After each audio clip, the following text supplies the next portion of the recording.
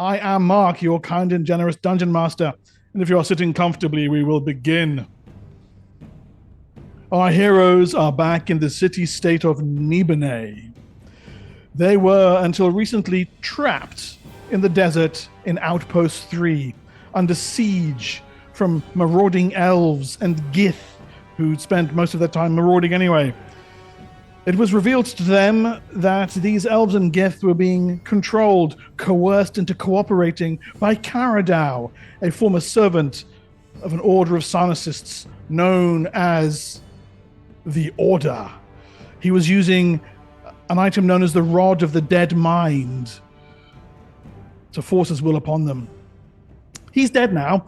He had a workplace-related injury involving a band of murderous adventurers. Following which, those same adventurers, as I've said, headed back to Nibenay across the desert. There they had a meeting with Chirodius, the leader of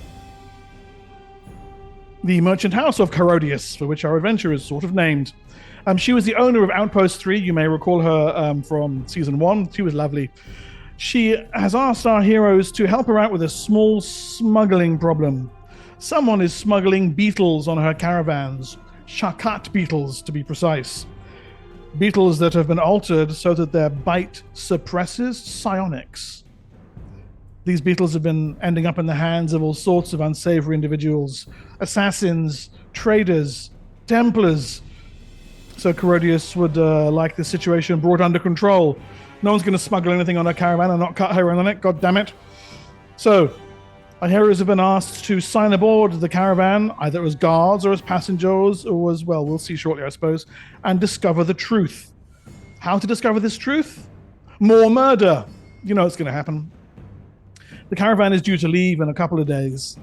In the meantime, our adventurers have been cooling their heels in Nibenay itself, finding out where to stay, and in the case of the two druids in the party, making contact once more with their guarded lands and their mentors.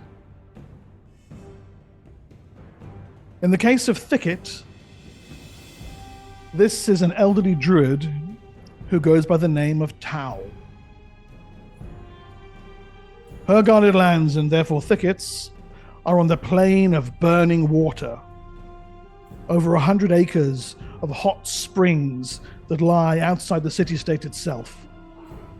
Here, under the auspices of a noble house who own these lands, Tau watches over the safety of those springs and runs, as I understand it, something like a day spa.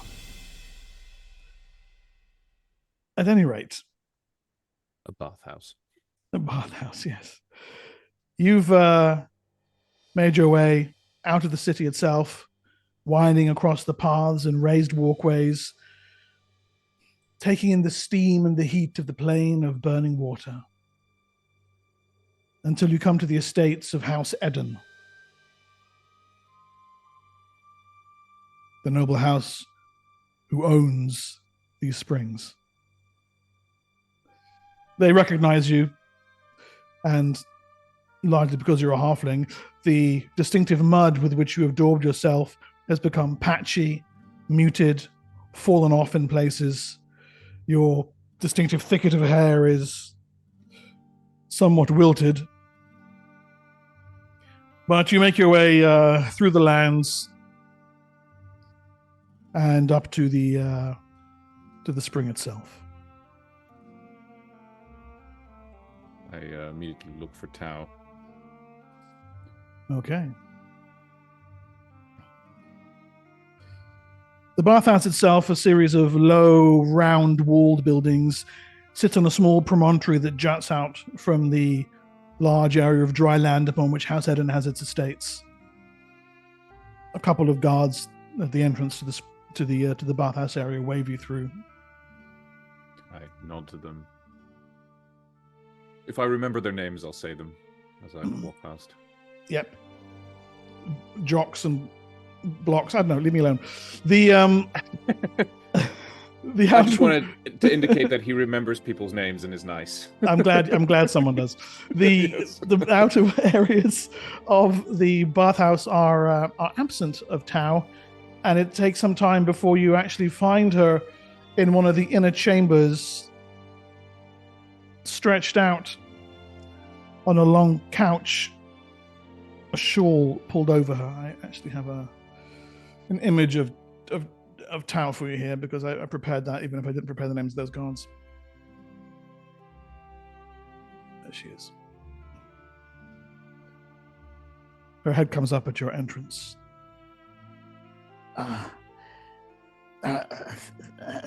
Thicket. She runs a quavering, wrinkled hand across her face. Thicket, is that you? Yes, it is. I walk over to her bedside or couch side or whatever she's lying on. She takes hold of your hand. I clasp it. It's like old sticks wrapped in thin paper. Are you not well? The Jarl. Did you bring the Jarl herbs? Unfortunately, the merchant was waylaid and he never arrived. I see. Well, this is an unexpected turn on, then, young Thicket. She Are you going to be okay without it? pushes herself into a sitting position. Places her hands on her narrow chest.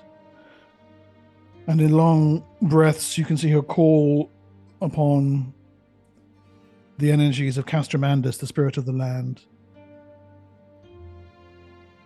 A spell that's a little beyond your ability. But you catch prayers to preserve her from poison whispering through her words. She gives a racking cough and some color returns to her features. You are poisoned? Yes. That's what this is. The Jarl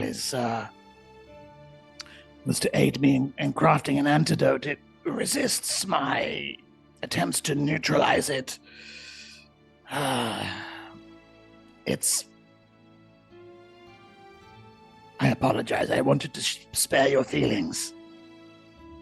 It's called Othan's Lament.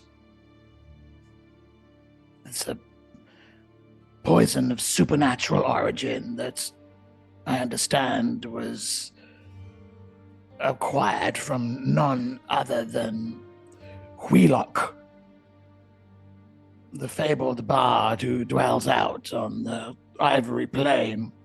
They say he was sold it by the lord of a corrupt merchant house in Tyr, who retrieved it from the ruins of Othand itself. It cannot be neutralized. It requires a potent infusion, and the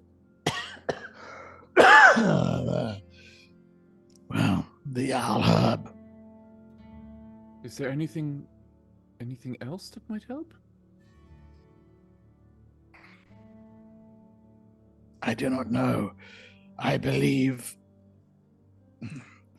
I was exposed to it when tending to a guard of House Eden. He died. I might survive with the herb. I will endeavor to find this herb then. I've been hired to go on a trip on a caravan of House Chirodius. House Chirodius? Perhaps they have this herb. Where are you headed? Where is the caravan going?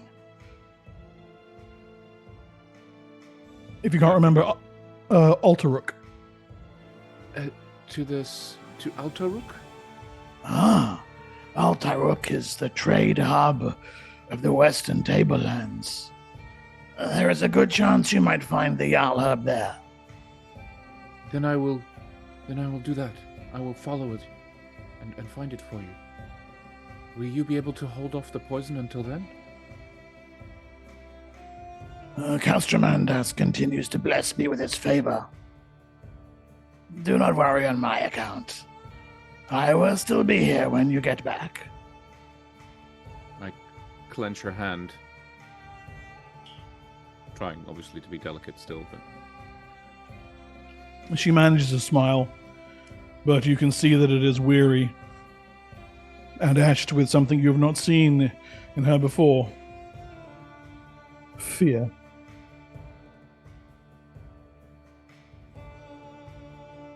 To the north of the city, Zuxis, you find yourself in the presence of a different type of matriarch. While your companions prepare themselves for the departure on the House Carodius caravan, you have returned to the Hivelands. And as is required of you by the Euro spirit of the land, Tavalaris, have come to pay your respects to the matriarch of the Gleaming Spinneret Hive.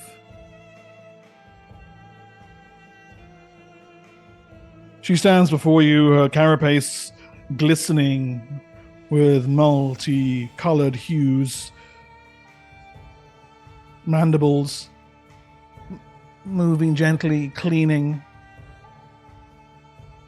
The psychic projection of her thoughts flow into your mind. Sister. Welcome home, Xuxis.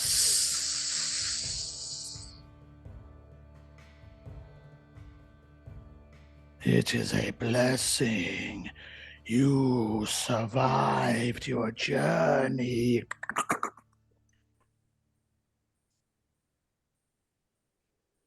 Barely. But yes. Tavalaris sends you a gift.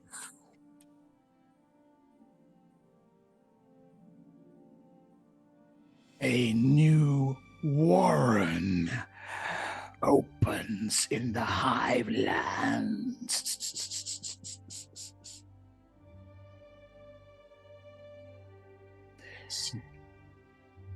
A warren of androids.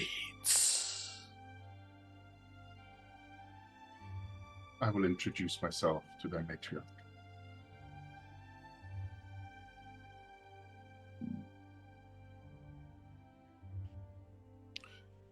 The Antloid Warren is in the rocky foothills. These great insectile beasts, alerted to your coming, clear the way until you find yourself in a subterranean chamber where the queen, with her immense bulk of an egg-laying body, almost entirely immobile, sits. Her mind, not the equal to the Queen of the Dark Spiders, nevertheless reaches to yours with a flickering of dim intellect. That you are known to her, that you are welcomed by her. Sister. And with a pulse of psychic command, she draws soldier antloids to her. Two of them position themselves in front of you, turn their bodies to reveal long stingers, and with pulsing peristalsis, eject venom onto the bare rock in front of you. It dries almost immediately in the air, but scooping up the crystals You are fairly certain that through the right process of distillation, you could reproduce this. Thank you, sister. You will let me know if there are any concerns. Hunger comes to your mind. A desire for warm meat.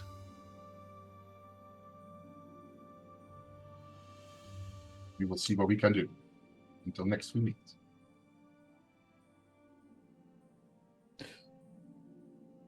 Speaking of warm meat, Senex, Darjay, Scathis, Siora, while the druids have been reforging links with their various matriarchs and mentors, you have been left for a few days to your own devices within the city-state of Nibenay itself. Let me just pop up a map of the city for you. There you go. You can see on this at the bottom of the map the plain of burning water, where the druids are watching over the hot springs. The hivelands where Xuxis is, of course, are not shown on the map. But a teeming metropolis of a whole variety of districts, middle class, high class, and slums of bare, naked squalor. You only have to find somewhere to stay for 2 or 3 days. What sort of quality of neighborhood do you wish to settle yourselves down in? I want to see if I can score a gig potentially in one of the higher class areas, and do shows in exchange for lodging for me and Darjay. Right. Okay. Well, the best known such place is on Sage's Square right here. This is actually where you had your meeting with Carodius. It's called the Open Door, and they're so high class that their menu doesn't fit on a normal screen. So, Ooh, yeah, I know it's pretty. that's very generous of Ciara because Darjay was just going to sleep in the street, camouflage himself. Yeah. Like a little dog. Yeah. She would probably Ooh. say to Senex and Scathis as well, the plan, what she's doing. I might be able to see if I can get lodging for you both as well. But I would have to see how much I'm able to convince them of. Worst case, we may just end up having to share a room, if you would like. Well, as you will see from the lodgings of the Open Door, the common room is half a ceramic a day, a single room, double room, and a suite is a silver piece every single day. But it's entirely possible for you to cut an arrangement with the proprietor, a gentleman by the name of Bailey Barron.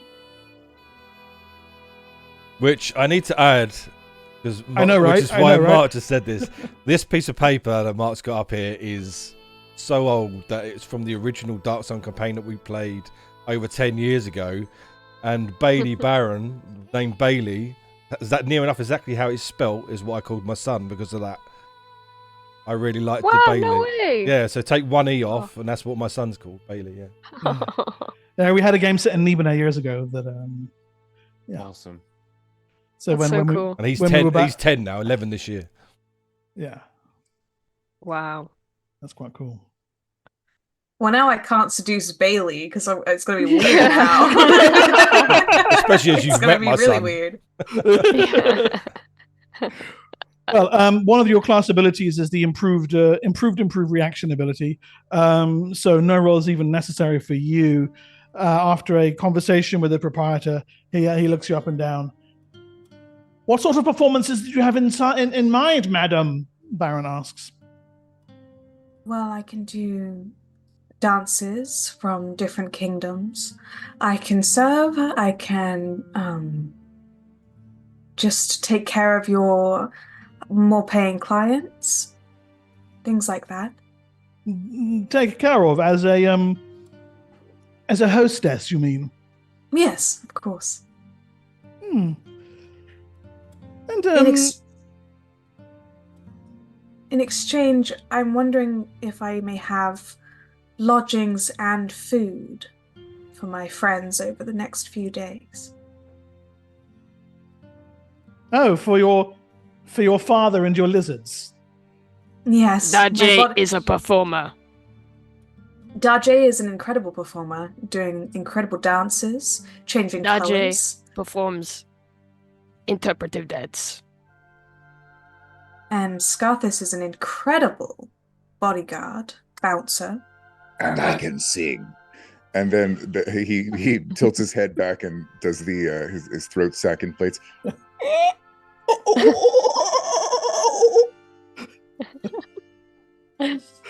The Bailey Baroness just stares at the three of you and looks over at Senex. Daje agrees. You are incredible. Don't tell me you have a hidden talent as well, sir. I'm afraid not.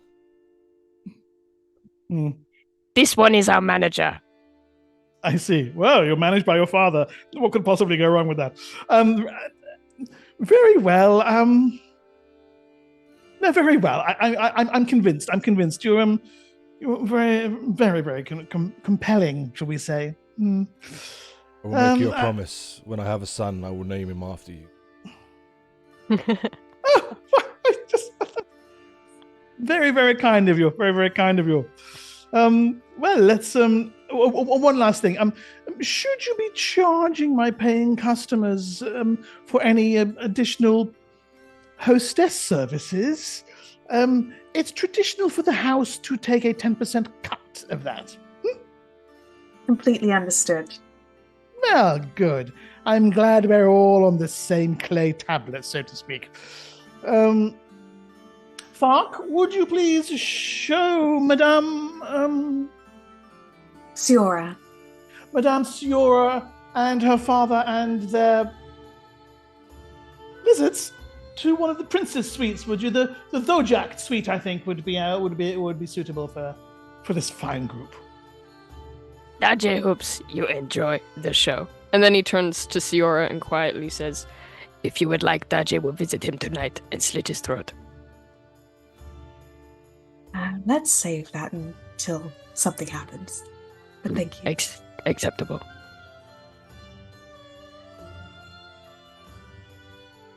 Okay.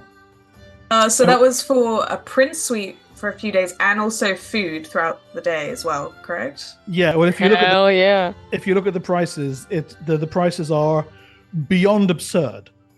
But we get it for free, baby. It's going to be thrown in. Yes. We get it for free, baby. Oh yeah, we gonna be having a great time. Oh yeah. Okay. So you settle yourselves. The Princess Suite itself is an exquisitely luxurious establishment. The Thojak Suite, it's called, and in fact, the door itself is inscribed with an image of what looks to be really quite a horrifying monster, part man, part centipede, but done in a very stylish and ornate style that presumably this is the Thojak that's being referred to. Multiple rooms, baths filled fairly often by slaves, a door that locks, a view over Sage's Square itself, and food brought to you simply by the ringing of a small bell. Is in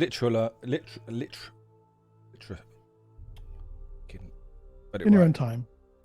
Words. Is literacy illegal here? Literacy is illegal everywhere, yes. Everywhere. But they have a menu. Yeah, weird, huh? Establishments like this are catered primarily to the nobles. So nobles and Templars are allowed to read. Merchants get by using accounting systems, and for the lower classes, it is indeed illegal. But the fact that there's a menu here that can be read by the noble clientele is not unusual at all. So you could probably get away with it as long as you're able to pass yourself off as the nobility. At any rate, it is at the open door, Suxis and Thicket, after you return to the city a day or so later, that you manage to track your new companions down. I kind of Thicket- picture us walking from opposite ends of the street and kind of seeing each other. Yeah. Thicket, I'm guessing your mud is redaubed. It has been redaubed and reapplied, yes. Yeah, So it's okay. all fresh and gleaming and Yes, so the doorman, a large, broad-shouldered mole, just puts a hand out. Not you, little one. Paying customers only here. I can pay. Let me see your silver. I show him my bag of ceramics, which has 90 ceramics in it.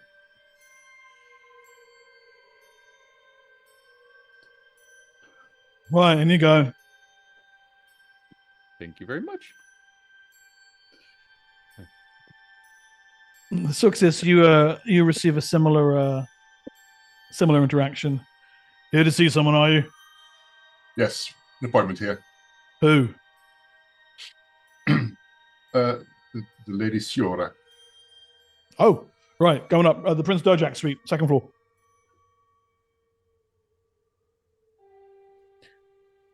And your small group is reunited shortly thereafter. They're living in absolute fucking luxury. House Eden Thicket would be pleased at this level of opulence. There's Nice. half-eaten food on the table, an uncorked bottle of Asticles wine. I mean, that's worth 30 ceramics on its own. Yeah. Yeah. I presume. I wander over to it and just to start pouring myself Yeah. a drink and nibbling on things. Like Darjo is probably lying on his back, a little kind of pot belly full of food. Yes, hot belly. Exactly. He's probably eating all of it. Yeah. I'm holding a grape in my hand that's the size of a tennis ball. Scathis, no doubt, will have a haunch of Inix that he's chewing on. Absolutely. Yeah. Is the lady Curious paying for all this? I'm like on the sofa, cucumber slices on my eyes. I'm like, oh, Suxis, hi. I like sit up. I'm like one of those like complimentary robes, you know.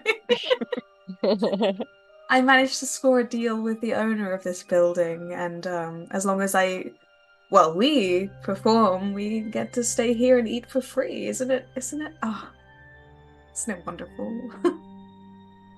We have to run before Good, we great. get served the bill, or No, it's for this is free. expensive. My performances are expensive.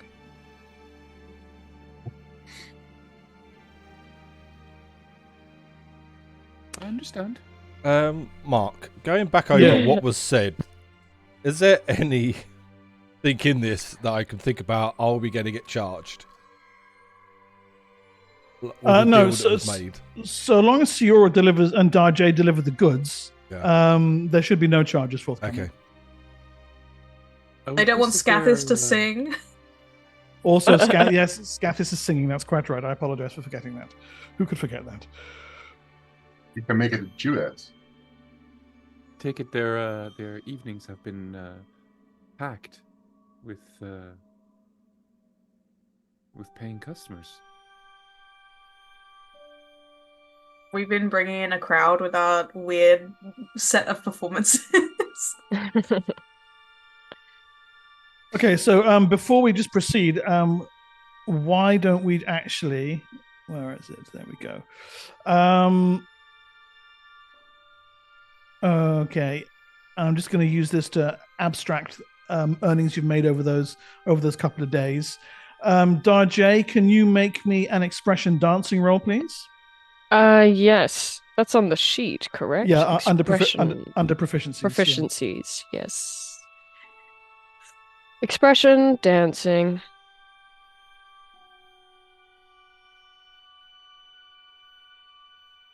Ooh, okay, make me another one. Oh, I've never gotten this far before. Okay, and one more. Oh. Okay. I All don't right. think you did good opening night, but No, you didn't. No, bad. It did I not had to go get well. higher Yeah. or lower? It's as high as you Higher. can. As high as you can. Oh. But there's a cap on the roll. Oh, really? But I yeah. got a 20. Yeah, it's bad. Yeah, but Oh. it's capped by your ability score. So in The other words, the 15. higher your ability scores. Yeah. the 15's great.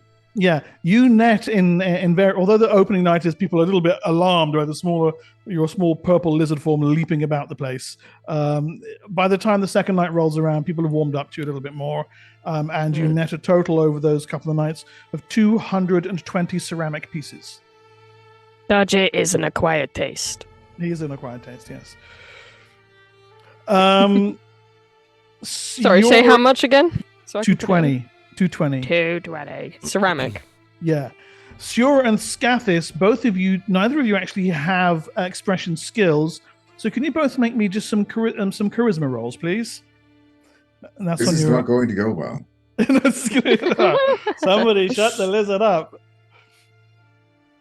Oh no! I thought you had some I should have skills. just let you sell me as a. Should just let you sell me as a bodyguard. I was just making a joke. I'm shocked because I have the courtesan kit and I don't have anything I can roll to be a courtesan. Charisma. Oh, okay, how do I roll charisma? Because I don't. So on the very first, on the attributes page at the top, there's a row of... right. Yep. These are all good. That dancing expression came in useful then. I thought it was a proficiency I'd never actually use and just use inspiration. Matthias used it all the time. That's amazing. Can That's you make me sick. two? I made Can you make bank. me two? Make me two more each, please. Dang. Oh no. Oh dear. That's good. Wow. No. Okay. Is Scathis the best out of all of us then? Scathis, you're quite a hit, actually. I mean, your Jesus performances are a little Christ. bit variable, but you come away with 120 ceramics in various tips and appreciation for your skills. Look, I had no idea. These are people of taste. Yes, indeed. Siora, things go really well for you, except for the second night, where one of the customers complains vociferously, says he's not getting his value for money. We'll leave it to imagination quite why that is. Said he had a rash.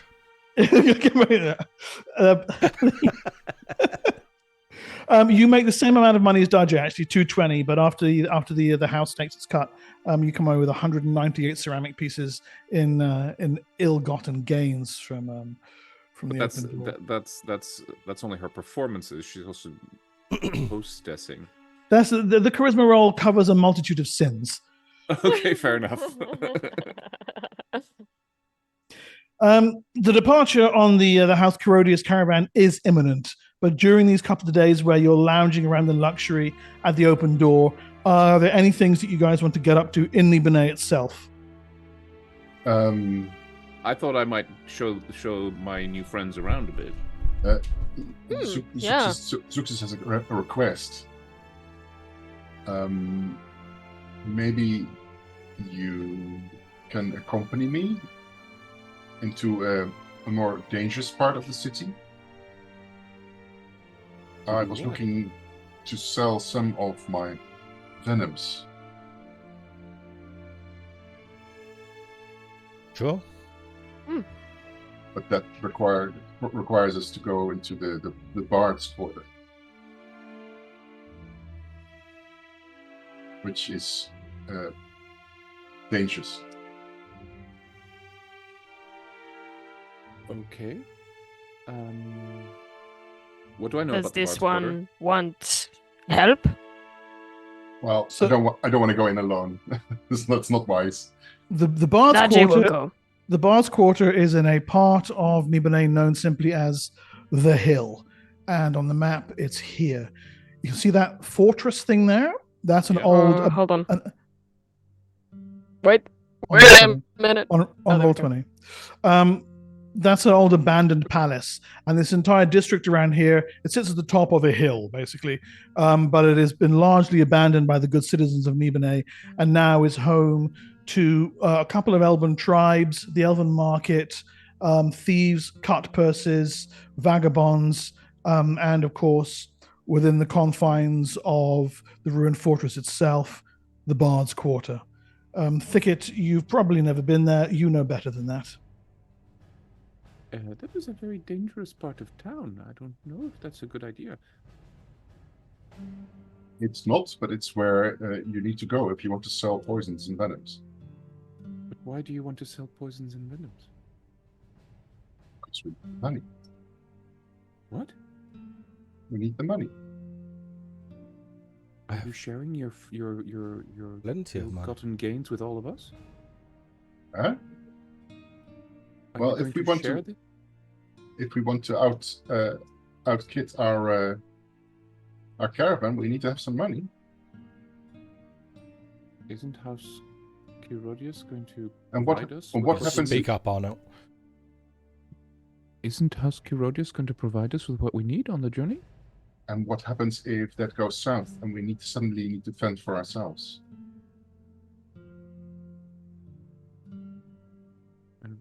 But something in the Bard's Quarter could also go south. I know. Maybe not.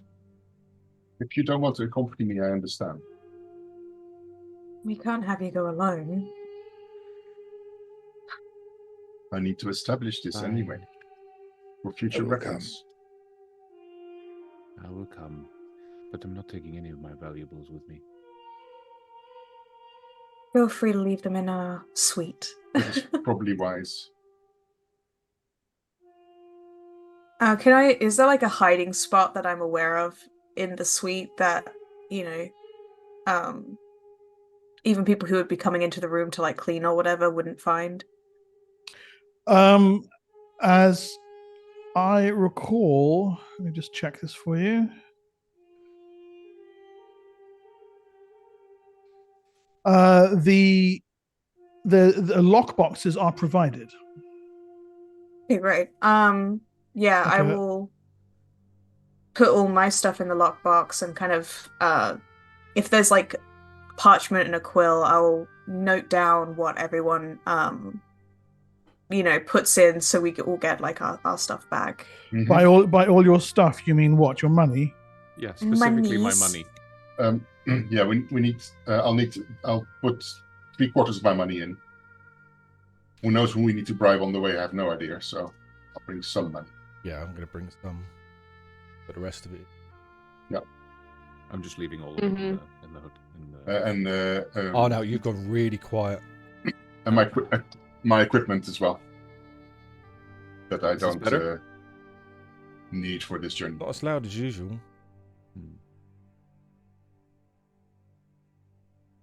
Yeah, Scathus will drop off his money and also several like battle trophies, severed elf ears, and things like that.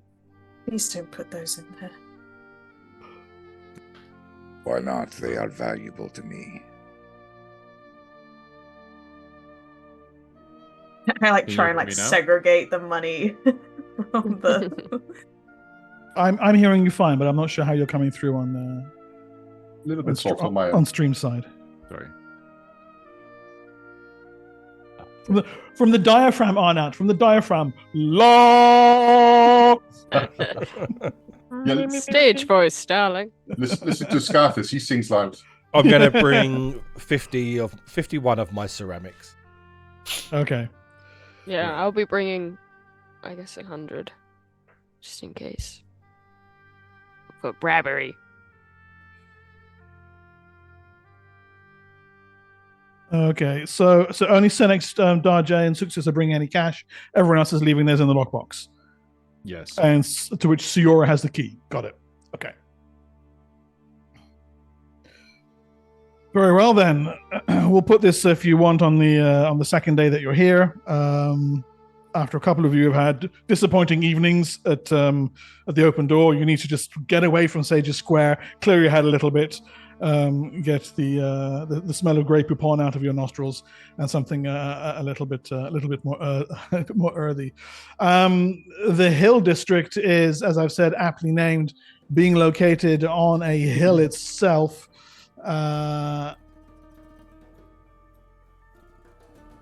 And this wonderfully evocative picture shows you the various kinds of awful things that go on there. There's so much to unpack. There's so much to unpack there. Delightful. Is that a baby? Is that a bit? They're selling Would you their like baby. to buy a baby? Yeah. The streets are narrow, winding, and in many places the buildings rise overhead to almost touching, and you can see there are even walkways crisscrossing up ahead. You look like you can see other stalls and residences there, so it's like winding your way through tunnels, but ever rising upward up along the flanks of the hill. You can see that this was once a well-appointed area of considerable luxury, but now it is crumbled. The great stone walls of the fortresses and palaces that stood here have all but collapsed and been almost engulfed by a rising, swelling tide of clay and mud brick dwellings.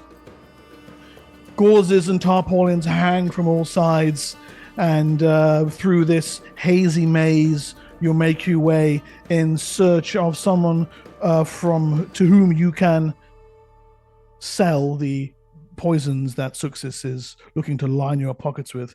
Now, Suxis, you're not local to the city itself, but as a trader of some skill, you've picked up a variety of knowledge and information from across the lands, with, as I make it, a 40% chance of finding the... So basically, I roll, and whatever the result is, we do the opposite thing, because that's a better chance of succeeding. Yeah. Right. So 40% chance is a 1 to 8 on a d20. Yes. So I'm going to just pop that out. There we go. Here we go. Fortune favors you. Well. Okay. Her name, you have heard, is Rutani, an elf of the Hill Children tribe. There are two main elven tribes that frequent Nibenay. The Sky Singers, who come and go, plying their market within the great fortress itself, and the Hill Children, who have permanently set up shop here for such an amount of time that the other elves don't even really see them as elves anymore. Half elves, if that. Rutani, you have heard, lives in a crumbling mud tower at the very edge of the great fortress that gives the hill its name. Built on the lower stories of the tower are immense hewn blocks of black granite, but where they've fallen away, mud and wattle has been daubed in to build the tower. There's a trio of lanky, scrawny hill children elves loitering around in the small courtyard at the base of the tower, throwing bone dice back and forward on the floor. They get to their feet as your small group troops its way up and out of the warrens around the hill and appears at the base of the tower. "Yo comes," one of them says, and one of them pushes his cloak away, and you can see hanging at his hip a steel short sword. His companion crosses his arms. Crosses his arms ostentatiously, and you can see he's got gauntlets on of what look like deeply blue-stained drick hide. These things must be worth a couple of hundred ceramics each. Sorry, go ahead, Lucan. I was going to say, can I reply, but can I use my influence reactions Yes, to help absolutely. me Yeah. here? Okay, I'll roll for that. Where is it on my sheet? Did you roll for it? Yeah, I rolled a saving throw for them, and he rolled a 1. So what do you say? What do you say? So he's asked us, "What is Who you doing comes? here? Yeah. Yeah. Who comes here? Yeah. Yeah. Okay. Who are you? All right, mate. No. Why is it that whenever you go into any slum anywhere, everybody starts speaking Cockney? It's classism, Arnold. It's just classism. Yes, very. Damn it. Daje is looking for seller. Or buyer, even. Yeah, seller. By the name of Rutani. His eyes snap over toward you. Little lizard does speaking for big lizard. Daje chose to speak. Let's not Right. compare lizards. Jay. We are Rotani's, you might say, bodyguards. Hmm? And what is this one called? This one is called Yatu. Daje makes your acquaintance, Yatu. All right. So maybe you make Yatu a little richer as well. Say a little silver piece. And you go see Rotani. Yeah.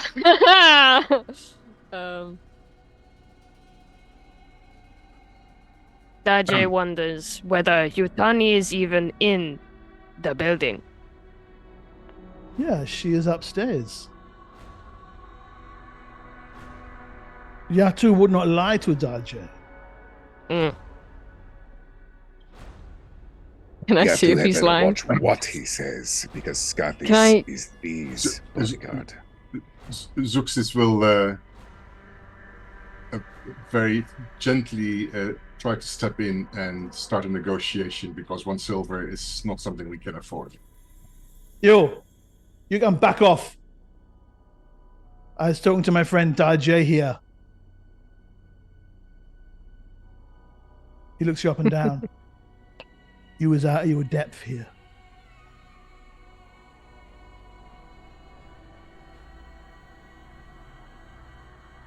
So what you say, my friend Daje?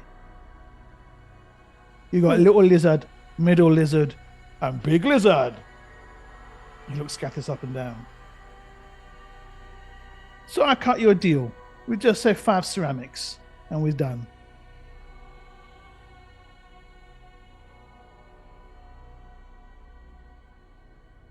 Acceptable. All right. So give him 5 ceramics. I do. He plays each one across his knuckles into his pouch. The 3 of them stand aside. A set of mud brick stairs lead up to an upper level, and already you can smell the reek of alchemical concoctions bubbling in the air. Herbal ingredients drying under the dark sun. As your feet tramp on the stairs, a voice calls out, "Who's there? Yatu, is that you?"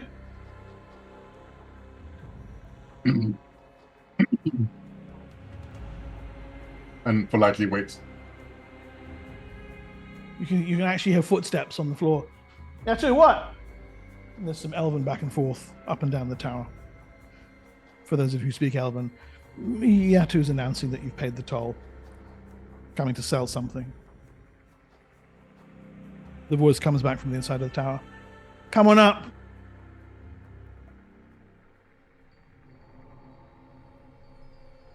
I'll let Zuxis go first. Don't touch anything. Daje agrees. This is the bad place to try and pick up stuff. She's tall, even for an elf. Desert brown hair with a dyed crimson streak down the middle. Big shoulder pad that has what look like the claws of some great beast embedded in it. Guests? What are you looking to buy? I was actually looking to sell something. She looks around your group, moves over and leans against a set of shelves.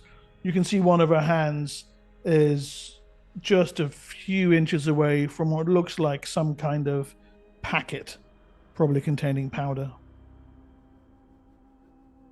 Sell, huh? Yes. What are you selling? I have for you choice venoms, if you are interested. Right. And you think this is something I won't know anything about? Venoms? No, of course, but you need the raw materials. With venoms, you need them from the animals, and you need a supplier, and I'm offering my services to supply you. Uh-huh. And, what are you offering? I have Antloid, and I have Dark Spider, and I have Dark Spider Queen. So, just real quick, Antloid Class D, Dark Spider Class E, and Dark Spider Class F. She has A, D, E, F, I, and H. I rolled earlier.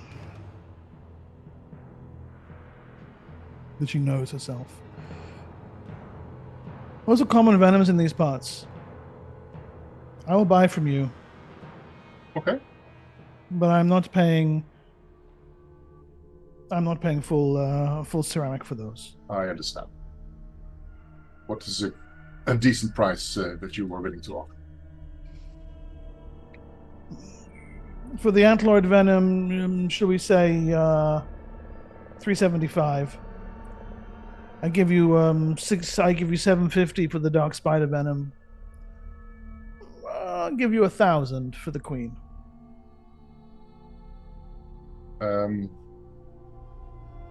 She negotiates this to her regular percentage. Is that okay? I'm just going to roll for her as well. Yep. She's got a 15. An 18. All right. So let me see your roll.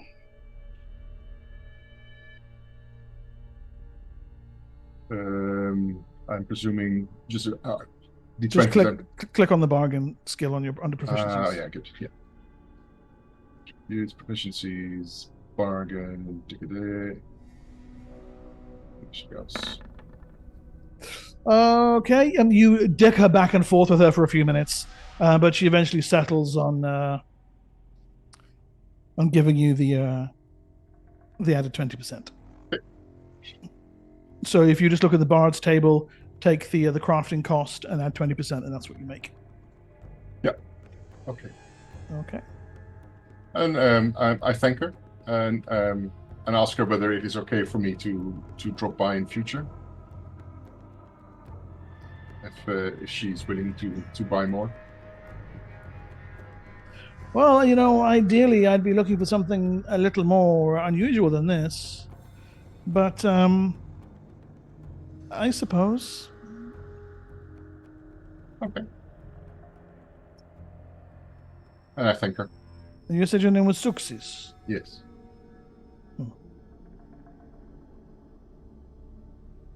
And what about you? She nods down at you, Darjay. I heard you cutting corners with Yatu. This one is Darjay. And yes, we made acquaintance. Well, Yatu doesn't give that kind of discount to just anybody. You also are welcome to come by and see me when you have need.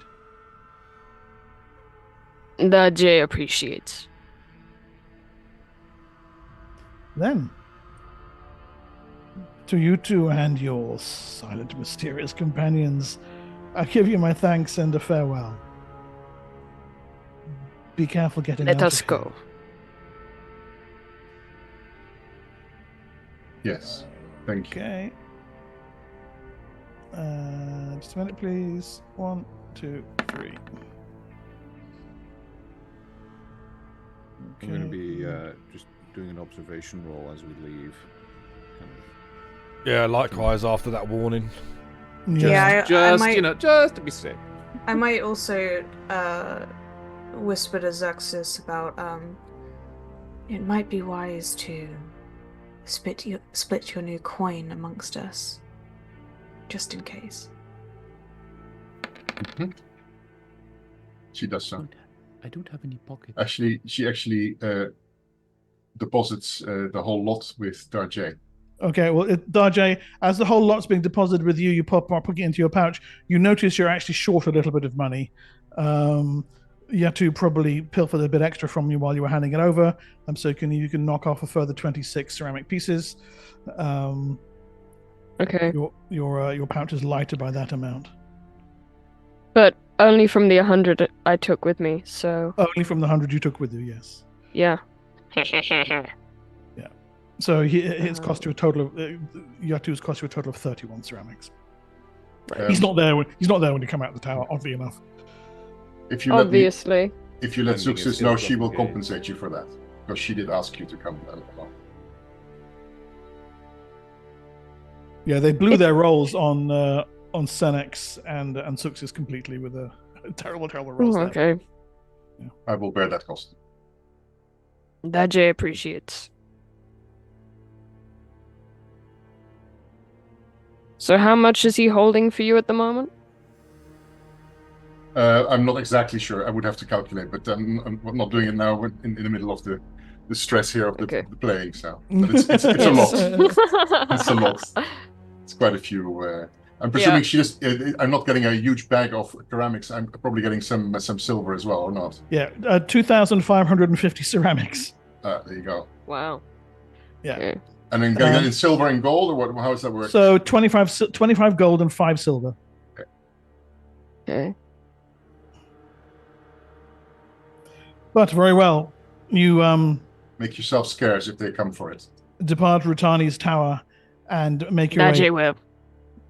down the hill as rapidly as possible. I guess Darja, you scuttling off ahead at a speed that could outrun even elves, and you rejoin him half an hour or so later back at Sage's Square and the open door. Feasting on a pile of food. Yeah, completely drunk. I've got your spent it 300, all. 300 ceramics right here, Success. I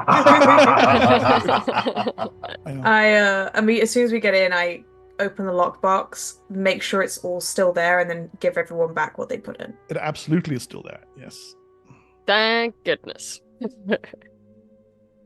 My ill-gotten gains go back into my pocket, which I don't have. So, then before we leave with the caravan, Suxis will inquire what is good to sell in Altaruk. So, she will make some of the money invested in our caravan to bring it along. Yeah. Well, that's difficult to be able to tell in advance. But where are we?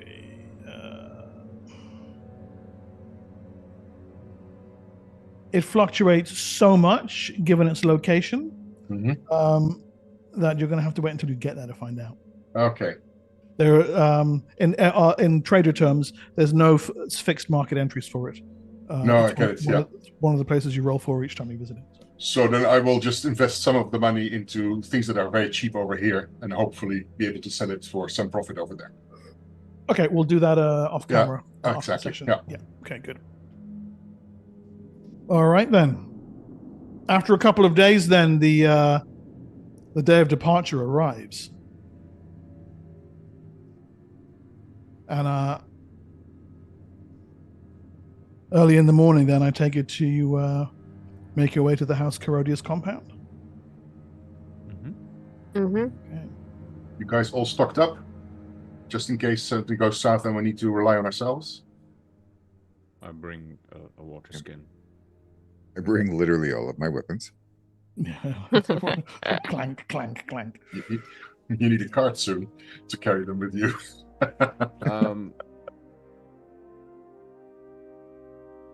I heard an Yes, I have an Erdlu. Do I bring that with me, or do I leave it? So we're going to get to this into more detail in a second, but as far as I understood it, you were all going to get on board as passengers, Yes. with the possibility of Scathis also working as a guard. So the Erdlu would travel faster than the caravan, which is going to manage, depending on the terrain, 10 to 15 miles a day at best. Okay, so I'll leave my Erdlu. Can I hide myself from anyone else that may be traveling with us? You mean sneak aboard the caravan? Yes. Yes, that's completely possible for you to do, yes. Yes. Yeah, and for a little fellow such as you, it's probably not hard to do. I mean, all you need to do is lie on top of one of the cargo boxes. Yeah, and just go to sleep. Very, very still. Yeah. Okay. Interesting. I always think it's good to have an ace named Yes, indeed. Darjay. All right. So you make your way then, returning to the Corodius post in the cool pre-dawn darkness. Dozens of lamps and torches burn in the courtyard where the great argosy is being loaded. Caravan guards are mustering for duty. Animal handlers are leading the colossal mechalots to their traces. Slaves are loading sacks of grain to the cavernous cargo bay. Carpenters are performing last-minute repairs to the wagon. Off to one side, a towering half-giant consults a parchment and bellows, "Guards! Muster over here! Guards muster! Come on, you lazy rakes!" But before you can necessarily respond to that, you see a familiar figure. Lalarash.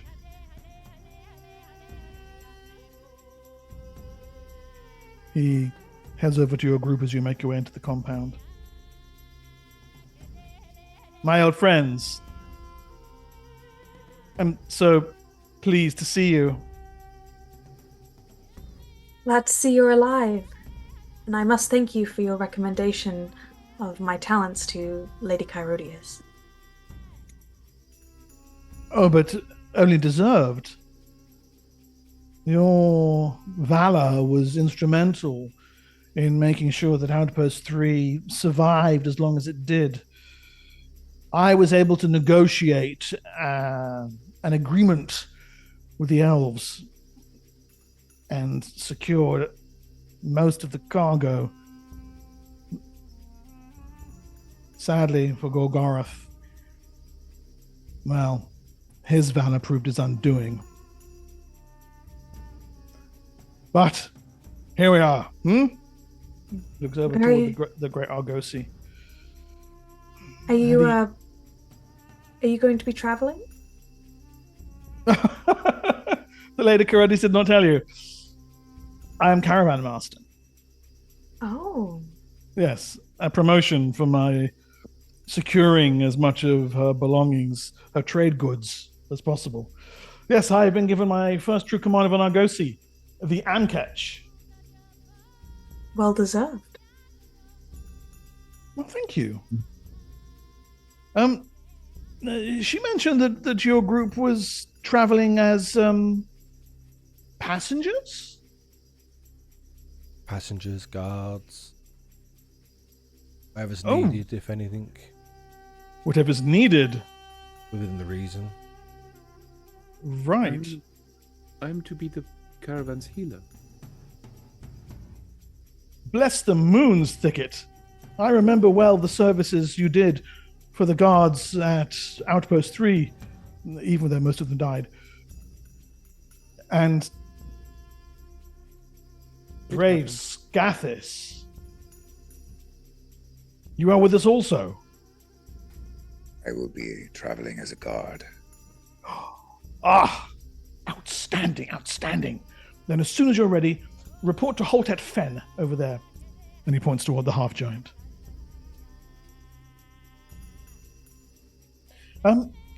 Where's the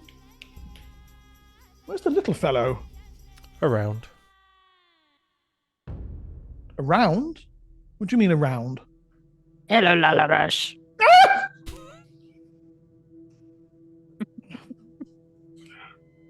Hello, Darjay.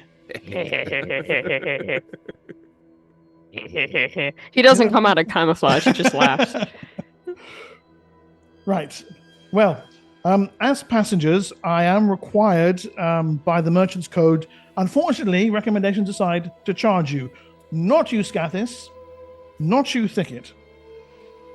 But the rest of you, for the trip to Outer that will be 15 ceramic pieces each. Payable You can charge me if you can find in Dajay. advance. Well, I'll just charge one of your companions instead. And what if we have to defend the place? Do we then charge you? This is not a negotiation, Senix. This is the merchant code. This is something we have to pay. There's no discussion about this. Though, of course, the height of the fee is negotiable, isn't it? Oh, you already know he's inflating it. Yeah. So, how about we do 5 a person? What? No. Well, I'm just being as reasonable as you were with your first offer. I'm giving you a just as reasonable counter offer. From 15 to 5 is not reasonable. But then starting at 15 wasn't reasonable either. Now was it? It was a bit reasonable. A bit. Oh, then mine is also a bit reasonable. And let's Fine, get even more fine, reasonable. Let's just, fine, 12 and a half each. I say 7.5 is much more reasonable. Stop it! 10 and we're done. 9. No! 9. Do I have to go and get her? Yes, do you? Do you know whose side she'll come down on here? I'm pretty Think she's sure. going to be happy about you just arguing over a single ceramic piece? If it's just a single, it's a single, but it's not. It's 1, 2, 3, 4. It's 6 ceramic pieces. Pay the 10 or don't come. So sorry about my friend. 10 is more than reasonable. I will also cover Darjay's cost. We're in a negotiation here. Why are you interrupting me? We've negotiated from 15 down to 10. It's over. I think it would be nice that we could be friends with the caravan master aboard. And especially being a hero negotiating with the elves and being as high esteemed as he is, I wouldn't want to insult him. Suxis opens her mouth and then closes it and starts dishing out the copper pieces, the ceramic pieces. 10 it is. Thank you, Siora. The trouble, if you wouldn't mind, I mean, I've actually not really ever been aboard one of these places. Would you mind giving, I don't know, and she kind of like brushes hair behind her. Would you mind giving me a tour of this place, maybe? Absolutely. This way, please. I'm sure I can spare a moment or two. And he takes her by the elbow. Yeah, like and, 30 seconds. The next comments.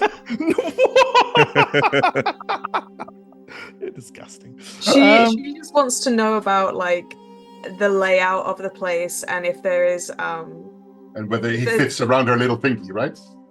Yeah, she wants him like there, like yeah. So Lee, if you flip to the large overlay quick.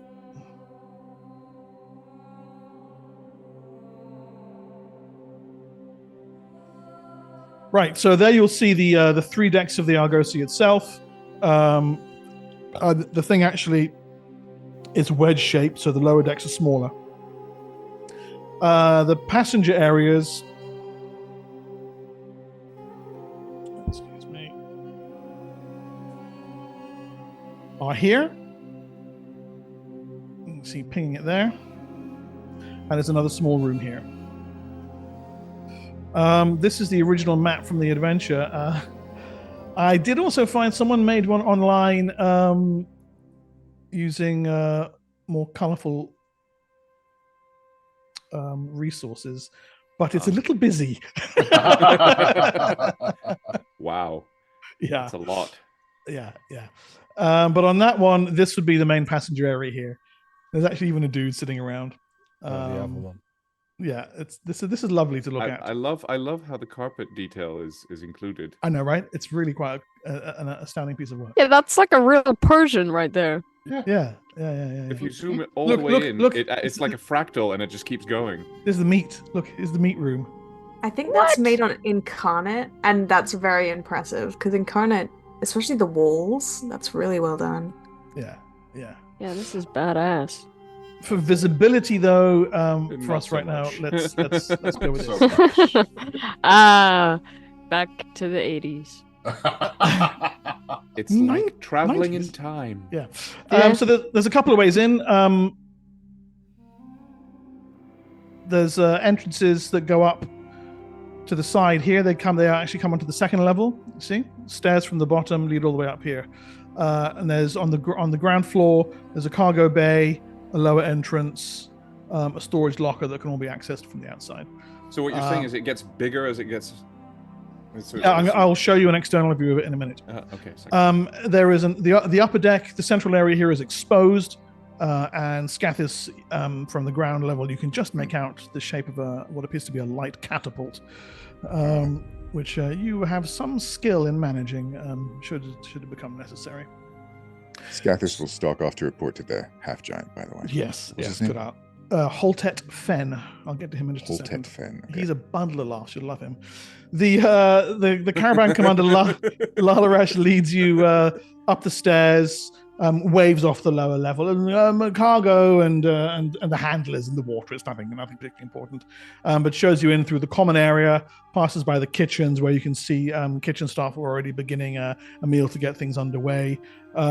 He spends an over amount of time pointing out the secure cargo, telling you how secure it is, how it's entirely confidential, and he really can't possibly reveal any of the contents to anyone, although he does know because he's now a highly respected and trusted member of House Chirodius.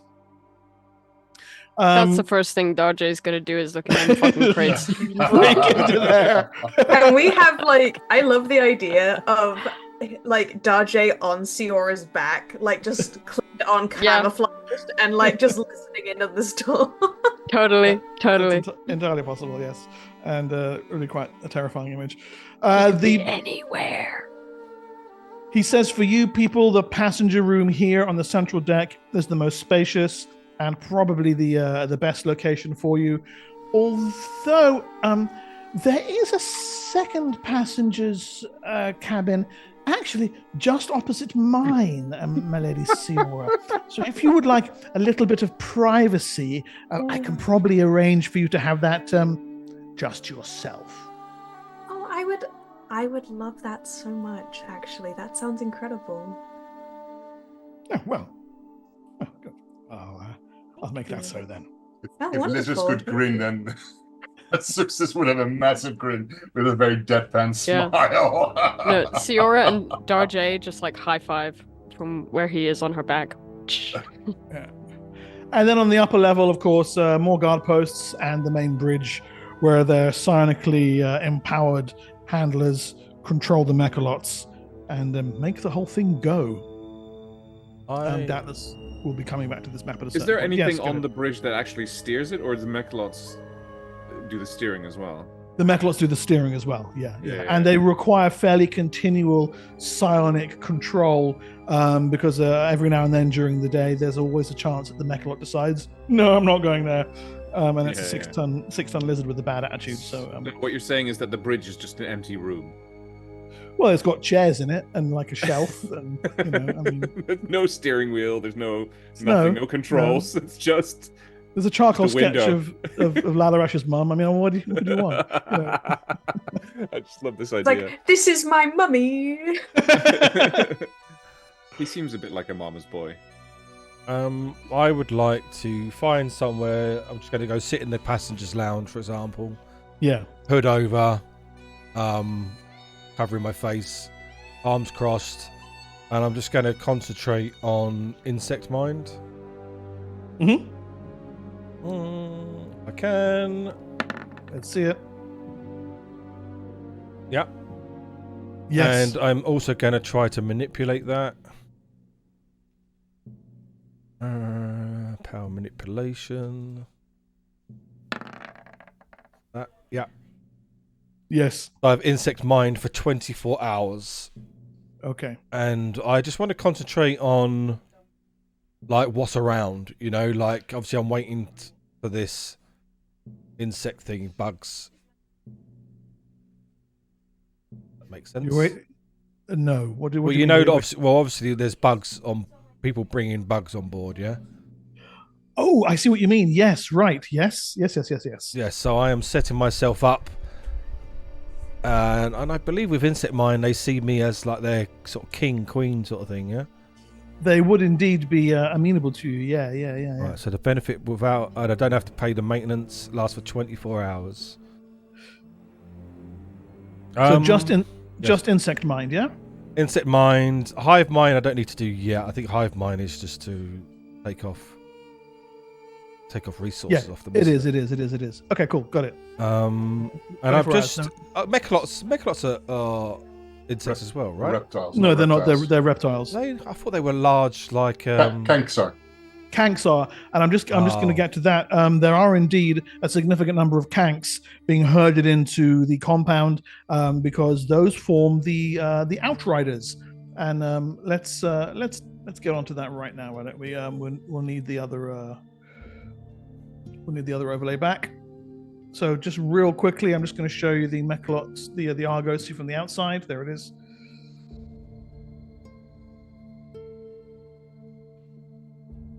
So you can see there how it's kind of wedge-shaped. Very kind of, and there's the little stairs leading up the sides and what have you. However, Scathis, you've headed over for a conversation with Halted Fen. As you walk over. Oh. Who are you? Scathis, I have been ordered to report to you. I have been hired on as a caravan guard. Good. Now you see there's a whole little group of guards standing around. Some in light leather armor, some in slightly heavier breastplates. One standing off to the side, a lanky half-elf, is kind of leaning against the rear side of the argosy.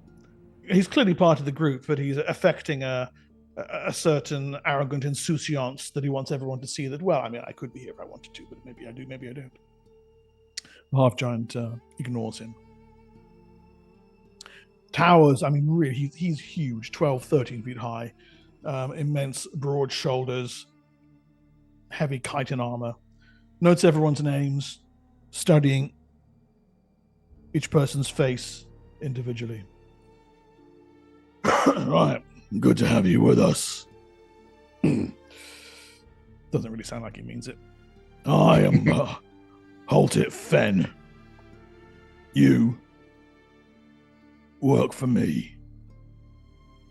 I say jump. You look for a cliff. I catch you slacking off. I'll fire you on the spot. And I won't care how close the nearest oasis is. And if I get any attitudes from any of you, and with this he looks over toward the half-elf, well, I think you'll regret it. Just do what you're paid to do, and we'll get along fine. Halted kneels, and from his sheaf of parchments, shows you a crude charcoal sketch of the caravan with marks for the locations of outriders and foot patrols. Lee, go back to the other overlay, would you, real quick?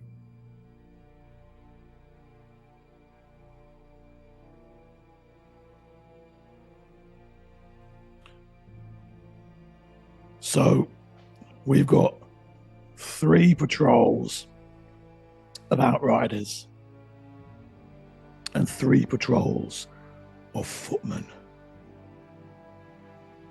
This sketch shows you how things work during the day. 2 outrider patrols scout ahead on kanks. The third one rests. One foot patrol keeps watch around the wagon, while the other two rest. Come night time, it's reversed. And he pulls out another sheaf, which you can see is shaded to represent nighttime.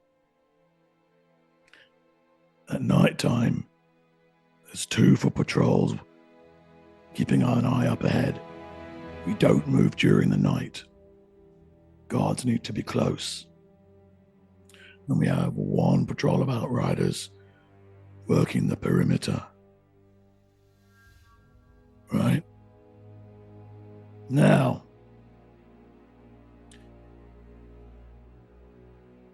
Aratso here runs the outriders. And he points toward the elf, who does a little mock, the half elf, sorry, who does a little mock bow.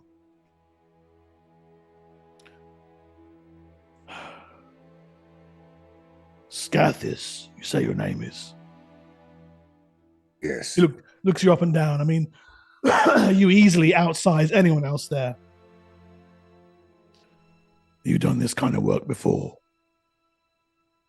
I was a caravan guard for... It was... Sorry, just a moment. A caravan of House Zalaxa. Really? All right, so you've served with the big boys. Right? I'm putting you in charge of the foot patrols.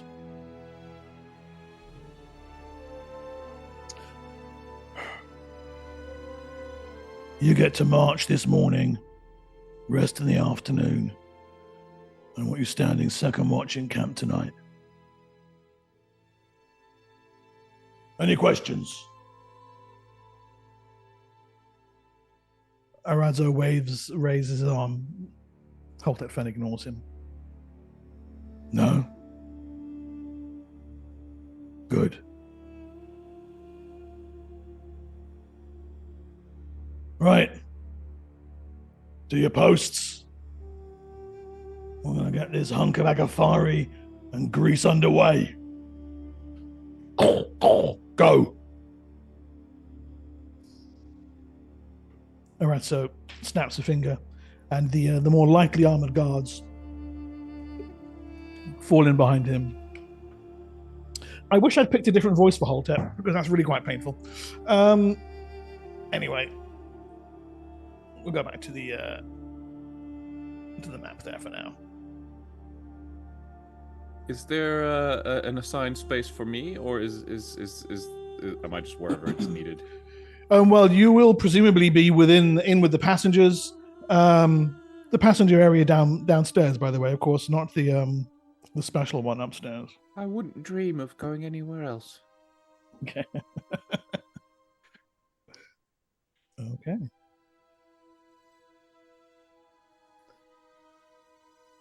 Right then. I guess there's beds set up in the passenger area, but also in the guard areas. So if I need to have like a makeshift hospital, I could use a guard room. Yes, as you can see here, there's various beds. I mean, elegantly laid out on the beautiful Persian rugs. Yeah. This shows it quite well. You know, this one's a double bed. In fact, a couple of double beds in there. They're having a good time in the other guards. Beds in here. These ones down here are for the various handlers. Okay, so that whole area can be used as a makeshift hospital. Should you need to, yeah. And so Senix, you're in here probably as you said, sitting at one of the tables or on one of the little sofa things over here. Yeah. Zoning out. That's probably also where Zuxis is. Yeah. And she's probably trying to gauge the other passengers who are boarding the caravan, see what they're like. Yeah. There are no other passengers. You are the only passengers. This is a trade caravan, and the initial assignment was to sign on with the caravan to find out what's going on with the beetles. Yeah, we not... thought there would be passengers that might be smuggling them as well. That's why we. Yep. No, there are no other passengers. Oh dang. Yeah. Oh, What about beetles? Have I sensed any yet? How would you sense them? Power attunes the psychic's mind to those insects. Don't you have insect mind? Yeah, that's what I've used. Yeah. Yeah. That doesn't actually make you sense them, does it? Nope. Oh. But you've got some druids on board who might be able to help you with that. Okay. Well, we shall see how that goes then. Bugs. All that bugs. A horn blows. The sun begins to rise over the spires of Nibenay, and the Amketch is soon underway. The two mechalots pull it out of the compound of House Carodius, and there's a really cool picture by Tom Baxter of the departure here. Put it on the small overlay, would you? Because there you go. Wow. That mechalot run over something. He's got in the jam again. Oh, bloody hell. This is the greater crimson skulled mechalot of the Ivory Plain, you buffoon. That's what they all say. Yeah. Do you know what it looks like? It looks like a Zelda dungeon. What? The mechalot. Like I would get in there and I'd defeat some Like monster. Breath of the Wild. You have to carry the Save all the Gerudo. Yeah. There's a princess around you have to carry around for 6 hours. Yeah. Out of the compound of House Carodius, across Sage's Square, out through the Mechalot Gate, between the omnipotent receivers, statues, and curving around the plain of burning water. The sun by now is... Yeah, sorry, go ahead. So I take a moment to take it in, take my guarded lands in one last glimpse and For one last glimpse, indeed. say a little prayer to Castromandus. Hopefully the spirit of the land will watch over Tau in your absence. Yes. Somewhere in there, she doubtless labors for each breath. In the hills behind the city, Tavalaris likewise awaits your return, Suxis. The city itself now, with the sun risen, is awash in crimson light. The windbreak mountains behind it, an impenetrable black mass. And stretching out around you, the richness of the verdant belt and the arc of the crescent forest, away to the south and the west. Low and lumbering, the argosy moves. You're off the road fairly quickly. The route will require you to skirt around the southern edge of the city and then trundle all the way down the borders of the crescent forest, as far as the city-state of Gulg, where you will rejoin the People's Road there, that will lead you all the way to your destination in Alteruk. And this map here more or less shows you the route the caravan is going to have to take. Here's Nibenay. Come off the road and you're going to have to cross along the verdant belts, scrub plains, right the way down to Gulg. And Gulg is no friend to Nibenay. Join the People's Road here, water at Fort Calvis, and then follow it all the way along the Great Silt Estuary until finally the trade fortress of Al Taruk. A journey of some almost 2 weeks. And it is a slow start to begin with.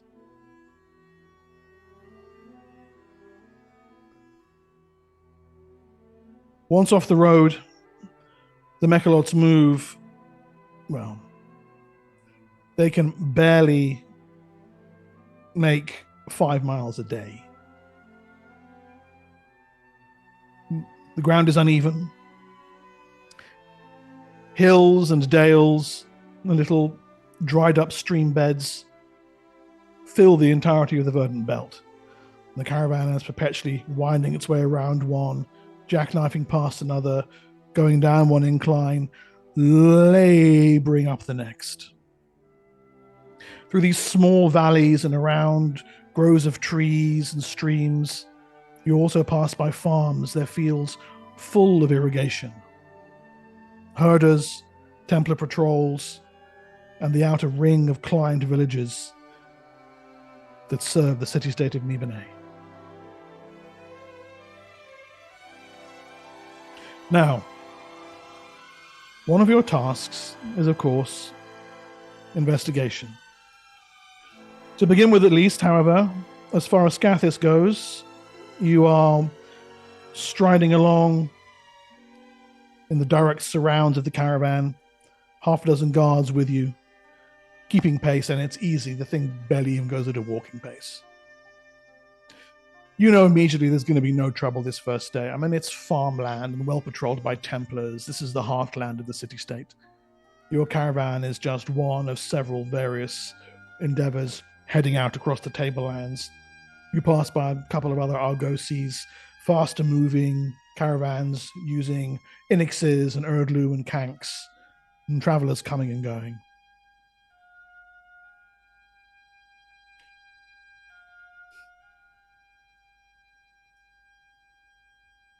As I say, it's barely 5 miles that you've made before the sun begins to set. The Outriders come reporting back to the caravan, announcing what they've seen ahead, no trouble at all, and word begins to go around to make rest for the first night. You can almost still see the spires of Nibenay in the distance. That's how little distance you've come. It's going to be a laborious, Lalarash has already announced, 6 or 7 days before you reach the road itself. The hardest, most grueling part of the journey through what is basically the luscious terrain. Evening comes, however. The Mechalots stop. Yes, go ahead, Carl. At the point where the Outriders come from away, so basically everybody of the caravan is near the base, as it were. Yeah. This is when Zuxis casts a locate animal spell, and looking for the Shakat beetles. I was also going to do Hive Mind as well, based on that beetle. Okay, so as the caravan is basically settling itself down for the night, kind of preparing. Let me get a hive mind roll from you, please, Lee, and locate animals, and that will pick up insects as well, right? Yeah, local animals or plants. So I'm presuming insects as well, then. Yeah. Mine's passed. Okay, cool. What's the 60 yards? What's the range on yours, Carl? 20-foot wide path, 20 yards per level long. So you're going to be like... exactly. Pinpointing it out, yeah. And it's 1 round per level, so I keep pinpointing it till I find the location of these... If they are actually at this point already in our caravan. They might not be here yet. Mm-hmm. They might be actually joining us along the way somewhere. Yeah. Mm-hmm. Okay. So, Senex, your mind is alive with varying levels of insectile awareness. I mean, of course, here in the Verdant Belt, there's small crawling bugs and flying insects all around, which is making it a little difficult for you to get a read. But as you slowly begin to attune your senses, tuning out the various dragonflies and pulp bees and mini kanks and what have you, and of course the dozen or more kanks of the caravan itself, you become aware of something else. A presence actually that must be within the caravan. And combining that with Suxis' awareness, let's go back to the main map on the large overlay, and I'll ping it for you.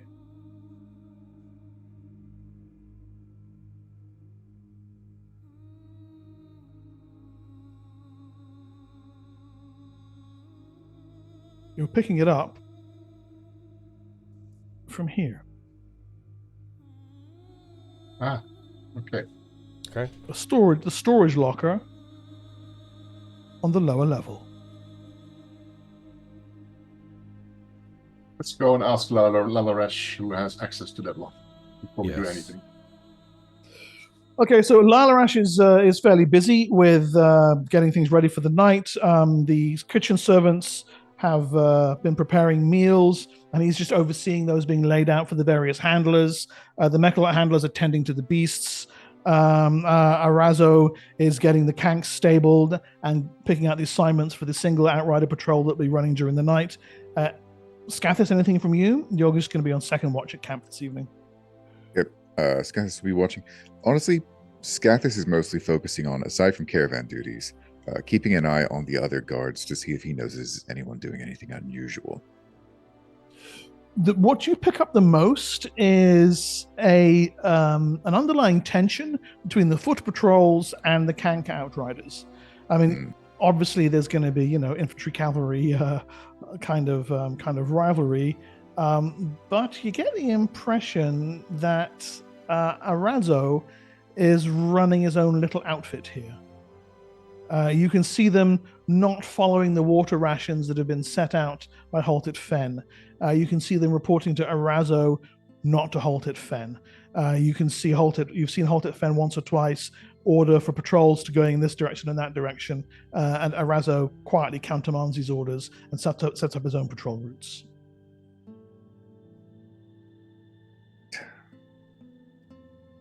That's primarily what you pick up on.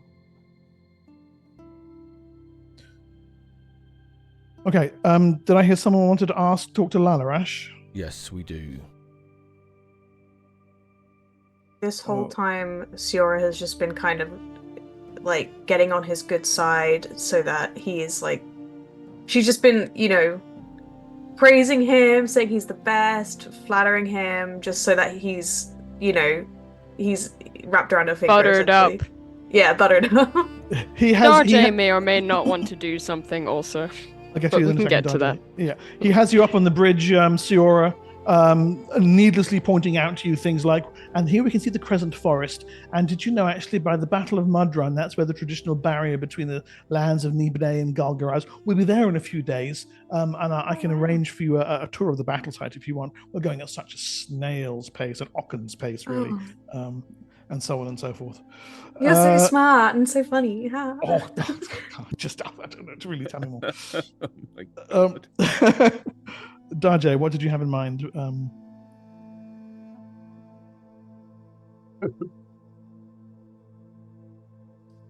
It won't unmute. I'm sorry, I was just checking. There we go. Yes. While Siora has Lalaresh distracted on the upper deck, Darjay will make his way down to Lalaresh's private cabin.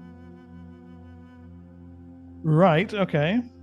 And he will attempt entry, if it is... I'm assuming this is the master's cabin, this one here? Yeah. Yes. Yes, he would first like to make sure that the coast is clear. Mm-hmm. And, there's no guard station there, so no. In fact, it's across the bare terrain of the fighting deck, which itself is open to the air. So yeah, you can pad very quickly and noiselessly across. Okay. And then I'm assuming the door is locked. It is absolutely locked, yes. And your open lock score is... It's 20 now. It's not your lowest. It's Nope. It's your second lowest. Yes. You can go ahead and click on that open locks roll for me there. Okay. That is with no armor. Okay, almost. You can hear the lock jiggle a little bit, but you can't get it open. That's not a bad roll, actually, but not quite good enough. I have to try again. You can try one more time, yes? Okay. That it tries. Nope.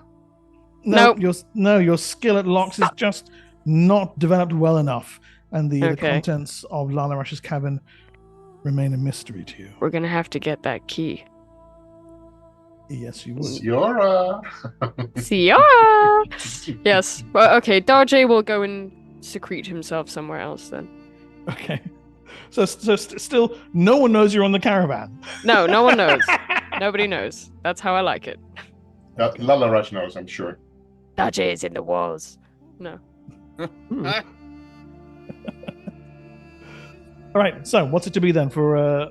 Well, before we go in there, I speak to him. I look to Scathis, Xerxes.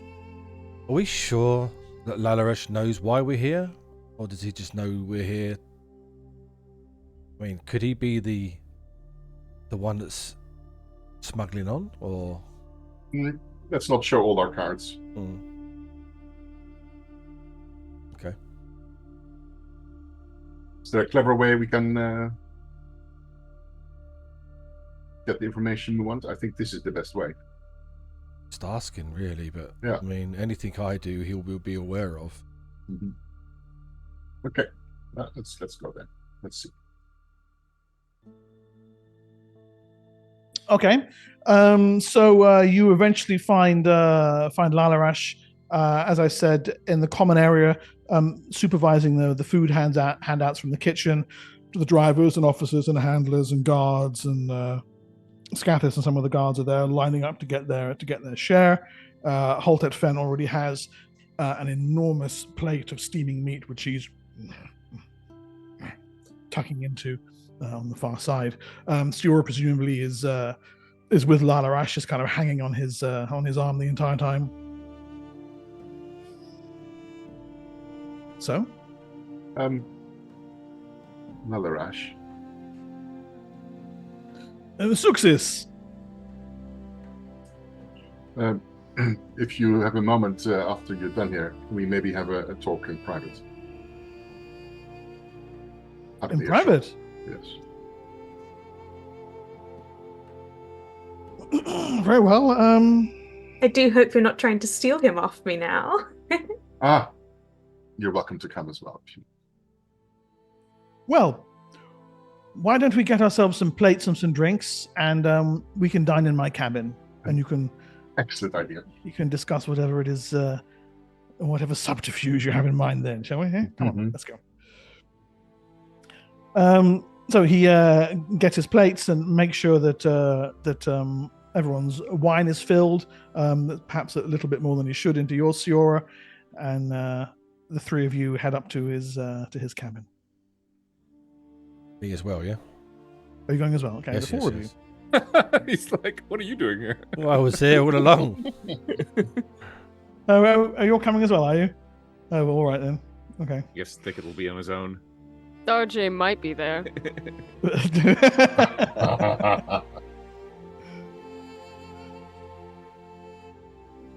Okay. So, he produces a key from around his neck, unlocks his cabin. You can see it's a simple, luxurious, soft bed, a small couch, small table, a private supply of Asicles wine, trade ledgers, what you'd expect from the master of a caravan. What looks like a strong box that probably has some emergency monetary supplies in. He settles himself down, puts on a little bib, and starts tucking into his Nibenay's curry. So. Nibenay's curry. I need to ask Larash first. You know why we're here, right? You just. Yeah. Yes. You have business in Alterrook, and you've signed on as passengers. Yes. Okay. So, I was wondering,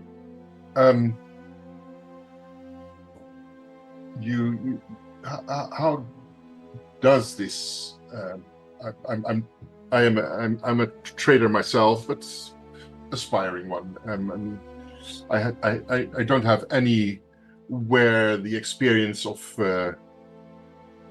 your esteemed person on running a caravan of this magnitude. How does this work? How do you divide the roles within the caravan like this? Who gets to do what? This is what you wanted to ask me? You could have asked me this downstairs. I wanted to lend your ear, and also allow you the opportunity to tell me about things that you don't want them to know about. And the people, your underlings, the people that you... Why would I tell you those things? Oh, you're wanting to learn from the master because you're Yes. so good. Oh, I see. Right. Well, it's perfectly simple. We have slaves who have various appointed positions. The master driver with slaves under her. The master of provisions, Quen, you've seen him. He runs the kitchen with his slaves. Dalgra is master of cargo. Once a gladiator, I understand. And then, of course, captain of outriders, Arazo, and you've doubtless met the captain of guards, Haltet Fen. Yeah, we saw him, an impressive figure he strikes. Yeah, there's nothing unusual, just as you'd expect on any caravan. Right. They're all slaves, and they're all property of House Carodius, and they're responsible for a small team, each of them.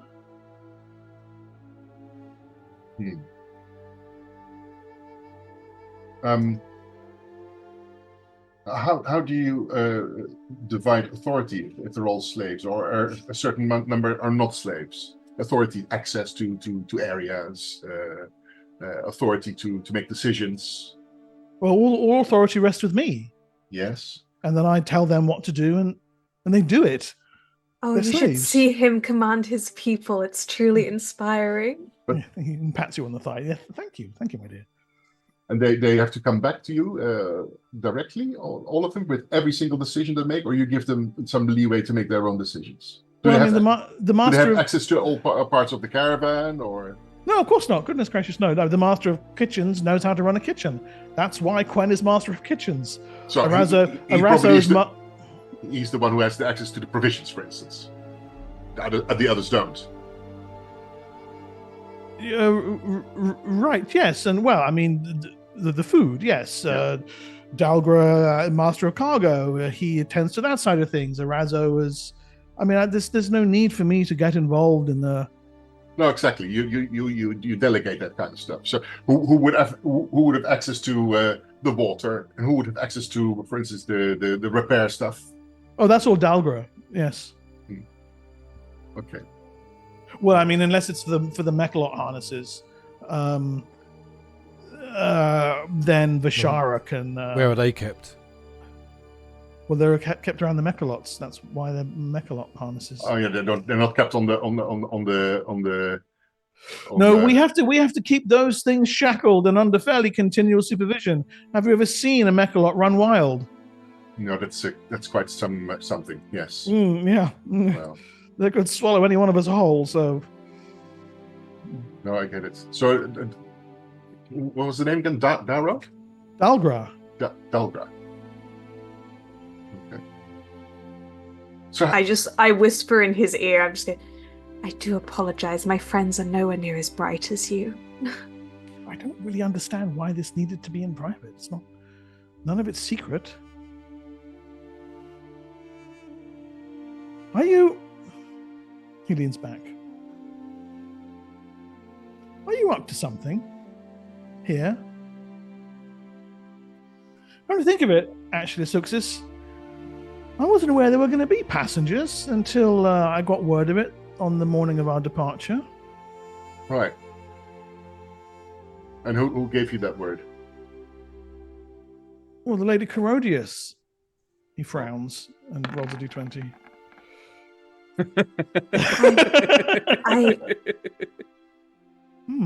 I have something to confess, Valaresh. I hope you don't think of me any differently, but you see, I was speaking with Chirodius about how fond I was of you, and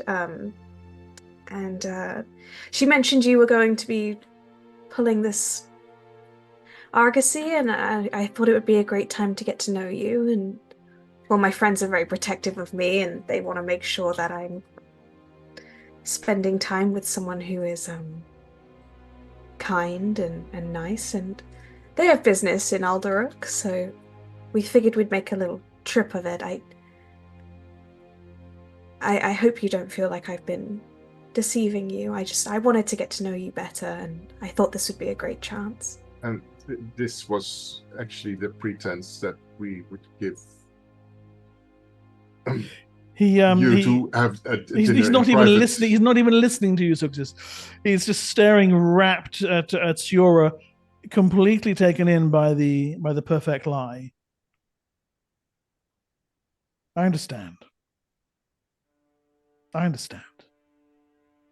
a man of the world. I know how the female heart can be.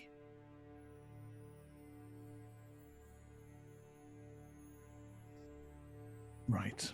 So Suxis makes small talk with Senex in an obvious effort to give the two lovebirds their space as well.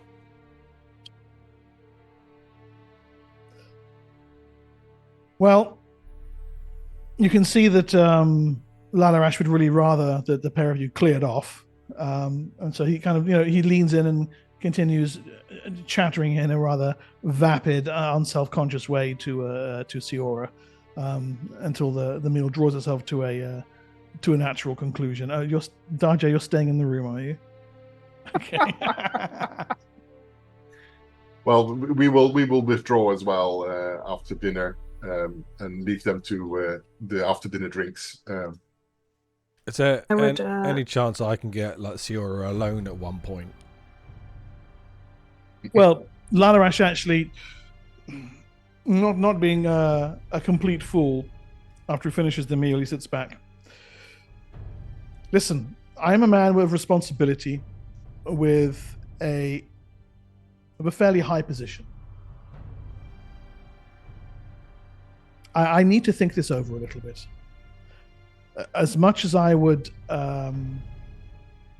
love to spend the remainder of this voyage lavishing my attentions upon you, I do have a job to do.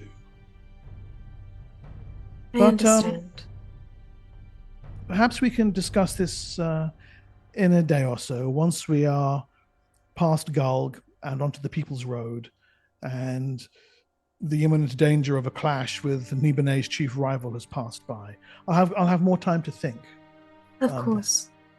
And I hope it's not too much to ask, but I wonder if it might help you, actually. My friend Suxis is an aspiring trader to get to your level. If you need help, maybe bringing her along, showing her the ropes, and maybe she can even help you out when you need anything extra done. That's a good suggestion, and I'll keep it in mind. Okay. Great. And thank you for your honesty. It can be very difficult to reveal one's vulnerabilities in matters of the heart. And I just want you to know that I will hold your heart carefully in my hands. Now that your heart is vulnerable to me. Thank you. Painful to listen to. Yeah, Darjay tries not to gag in the corner. Involuntary response. What's that in the corner? Okay. I like wave him goodbye. Yeah. Okay. He finishes up his plates and takes them off as well. Darjay leaving you indeed alone in the room. Right. As when we're alone, I like, Sarah, where are you staying? And we head into where she's staying, just to have a look around. It's just over the hallway. Yeah. As soon as the door shuts, her entire facade just drops. There's my room's drained. This one. Tell me about it. We do have some information. The bugs are being kept in the locker room. The locker room. Interesting. On the cargo bay level. That's the one that has access from the outside inwards, I believe. Yep. We weren't sure if Lalaresh actually knew why we were here, and obviously it's clear to see that he has no idea. But we obviously don't know who put in the bugs in the locker room. That's where they are, and they currently sit. And we now know who's actually got control over it.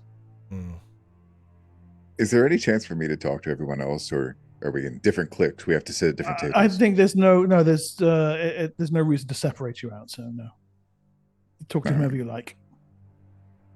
Yeah, I will have joined my companions in once they emerge from their various secret meetings. I imagine we probably meet actually in the main passenger room, because then that way we can all discuss in there rather than the room that's right next to. So you pass down by the common area and then beckon Scathis and Thicket to join you. Is that? The other thing I could do is do like a sense link. Is it an ESP that I can send them a picture of something? I know I can't message them as such. Is it the other way around? Call me on your mobile. ESP is Keanu. ESP is for reading. Reading, yeah. Yeah, we just meet back in the passenger and call everyone in. And after hearing that information about the locker, I will also add. Now, another thing is that, and I don't know if this is quite relevant, but Lalaresh was very proud of the fact that there was this secure cargo that only he and Chirodius knew about. No one else does. And it's very secret. And I mean, at first I thought that's where the bugs would be if he was in on it. But if they're not there, then I don't suppose he has any idea about it. Maybe he assumes that the bugs are the special delivery. I have no idea. Well, what my line of questioning showed is that the caravan is divided in groups, and each of these groups have authority over certain parts of the caravan. And the cook has authority to open the doors to the provisions and to the water, but the others don't. And the same thing with that locker outside. And I think that the person who's responsible for opening the door of the locker, or who knows who opens that door of the locker, is the what's his name? Daro, was it? Do you know who it is, Scathis? Dalgra. Dalgra, yeah. So I think we need to talk to him and see whether we can find out about from him. I do have one other thing I could try. If it would work or not, I don't know. And I place 2 fingers on the temple of my head. And I will try to use ESP on one of the beetles that I am currently connection with. There's one creature.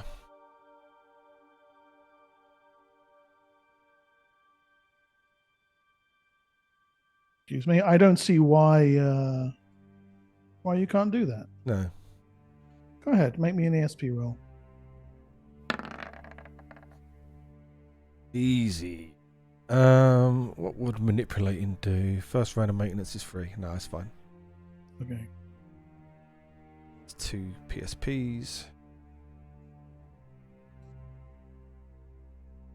Okay, sorry, I'm handling Darjay's secret activities over chat at the same time. No worries.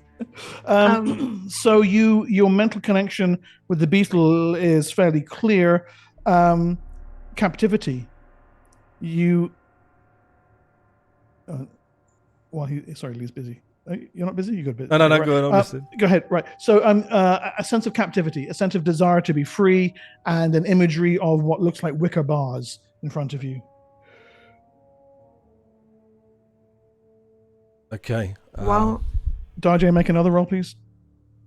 While Senex is doing that, I asked Scathis if he has heard of this what is it, Dalgar. Dalgar. Have I, Mark? I think I've mostly just been focusing on guards, right? Yeah, you know Dalgar is the master of provisions. That's all. Okay. You've seen him around, a fairly heavy-set mull, and scars on him that would indicate a past as a gladiator. Right. But that's all. I don't know. I don't know much about him. Master of provisions.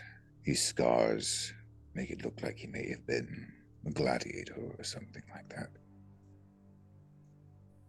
When you guard, is there a way that you can be on the side of the argosy where the locker is? I'm wondering if you might be able to get some view on who goes in or out, if anyone else will do, from that time. If Captain Fenn allows it, I will try. I will say he does not have as tight a hold on everyone as he does on us. The half-elf leading the Outriders seems to follow his own rules. I do not trust him, but I do not yet know if he is a smuggler or if he is, what is the common word?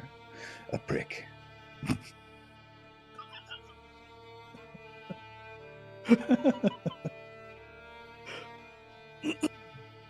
I see.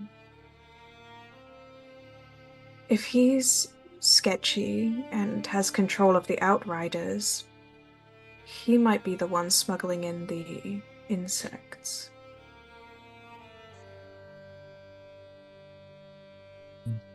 That's what I was thinking, but it's actually very maybe a very easy way to pick if we're lucky.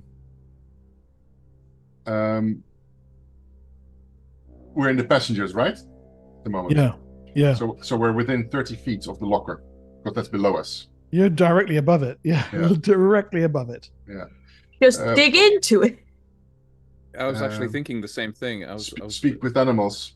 Can I look at the floorboards to see if they're loose? They're not loose, but you could pull them loose. And that would send us straight into that locker space. It would, yes. There's no like multiple layers of floor. Well, there will be interflooring and supports and what have you. Are there any small gaps, like tiny, like a sliver where something could slip through? Well, yes, but depends what that. I mean, molecules. I don't know. There are small gaps. Yeah, could I manipulate my body, for example, to have a little peek through? Manipulate your body with what? Reduction. Reduction will get you down to what size? Let me see. Going as little as I want, I think. Well, why don't we try before we do any of this yet? No, 1.5 inches is the smallest it will go. Ah, okay. It'd be so tiny. Why don't we try to befriend the beetles and talk to them and see what they know about who their captors were? I can't actually speak to them. I can befriend them and I can speak to them, and I'm pretty sure. Okay. So can Ubulai.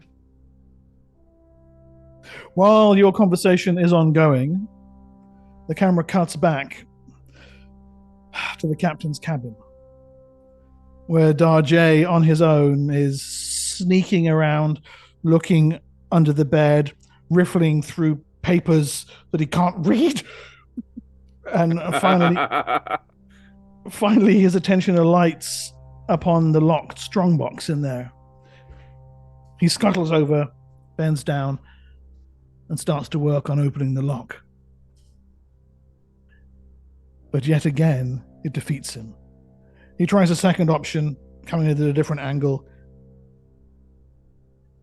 It's almost open. But no. Frustrated, he sits back, looking around, seeking if there's anything he can make sense of. And there, amongst the papers that he's been rifling through, one catches his eye. He pulls it loose. Reams of the squiggly little lines called writing.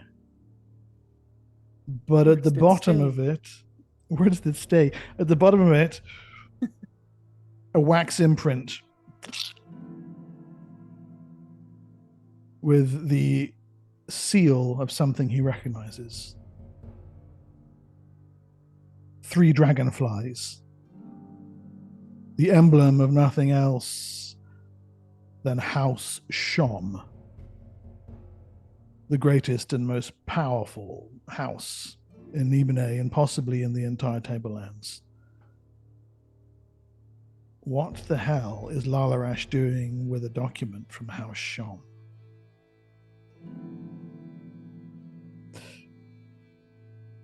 We'll have to look into that further after the break.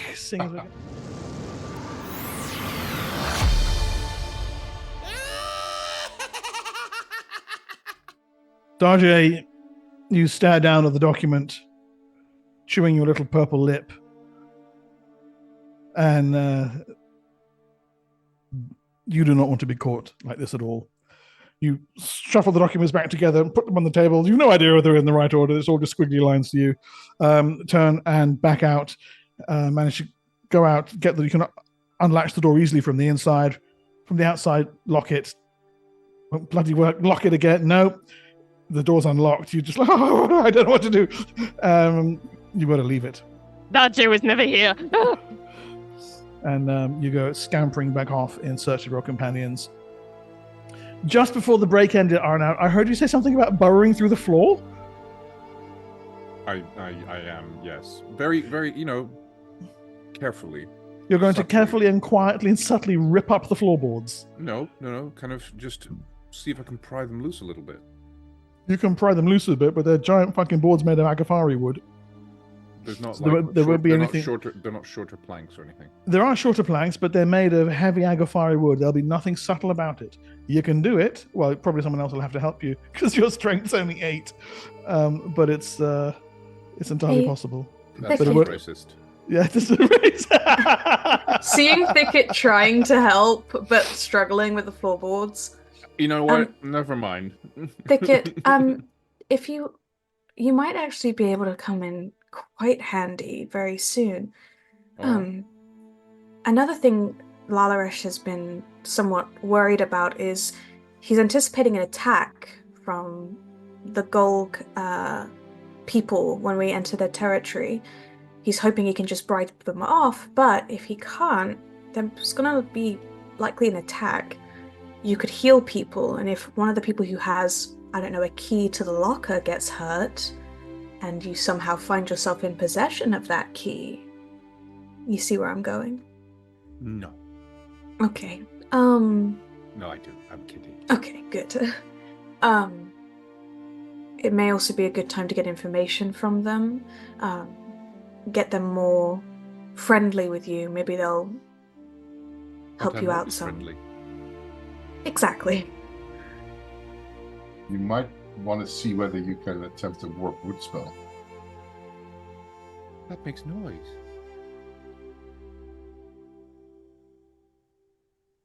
I was trying to be subtle. It does make noise, but only Darjay, are you heading back to the others? Yes, I will be inconspicuously. Yeah, scuttling from shadow to shadow until you yes. rejoin them. Okay. Right, so really from, unless Darjay, you want to reveal anything you've learned, I need some decisions from you guys about whether you're doing anything or whether we're going to move on with the subsequent days of the caravan journey. You can silence your warp wood, you know that, right? If you guys want to listen to whatever Darjay has to say, if we have a moment. Do you have the paper with you as well? No, I left it. So Darjay, you appear. Yes. Darjay is back. I think it is best to wait until nighttime, yes? For Where what? have you been? Wait for what? Darjay, what have you seen? What have your lizard eyes seen? Darjay, unfortunately, despite his best attempts, cannot read still. So, he was unable to bring back any information except for the seal on a document that he saw. It was of the house, Schmam. Stum. Of house The spam. Spam. Shong. Spam. I don't remember. Shacking Bunga. I don't know. It was House Shom, yes. House Shum. Dodgy questions. Walalalash would have House Shum. May I see the seal? The seal was on the document. Oh. Dodgy did not bring. But Oh, 3 Shum. fireflies. 3 dragonflies, specifically. Okay. Dodgy got that wrong. Dragonfly. Little winged things. So either Chirodius or Lalaresh are dealing with House Shom. Well, they are a merchant. Sorry, go ahead. No, you go ahead. Dodgy wonders if perhaps this and the House Shom has something to do with the Lady Zuxis's bug problem.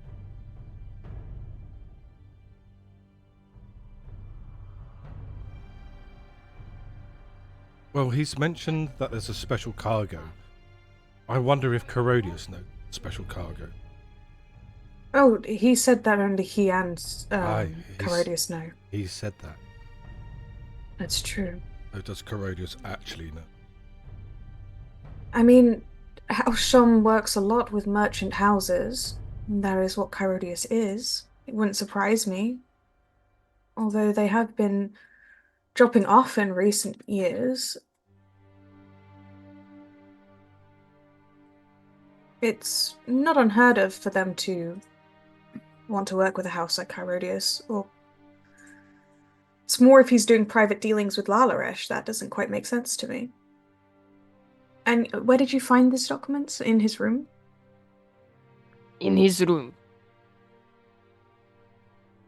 I might be able to read them if he is asleep or busy elsewhere. But I'll do my best to look over it.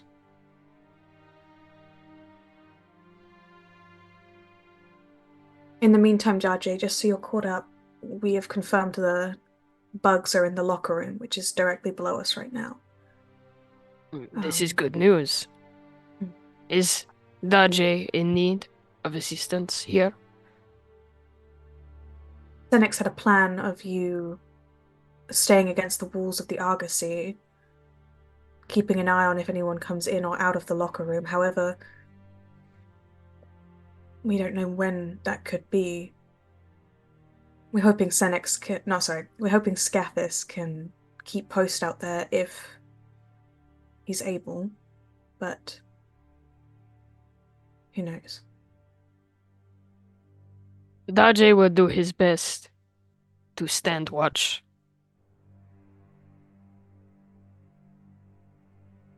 Speak to the guard captain.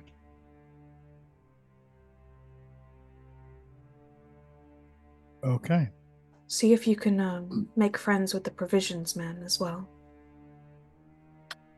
I am not skilled at making friends. Then just sing him a beautiful song.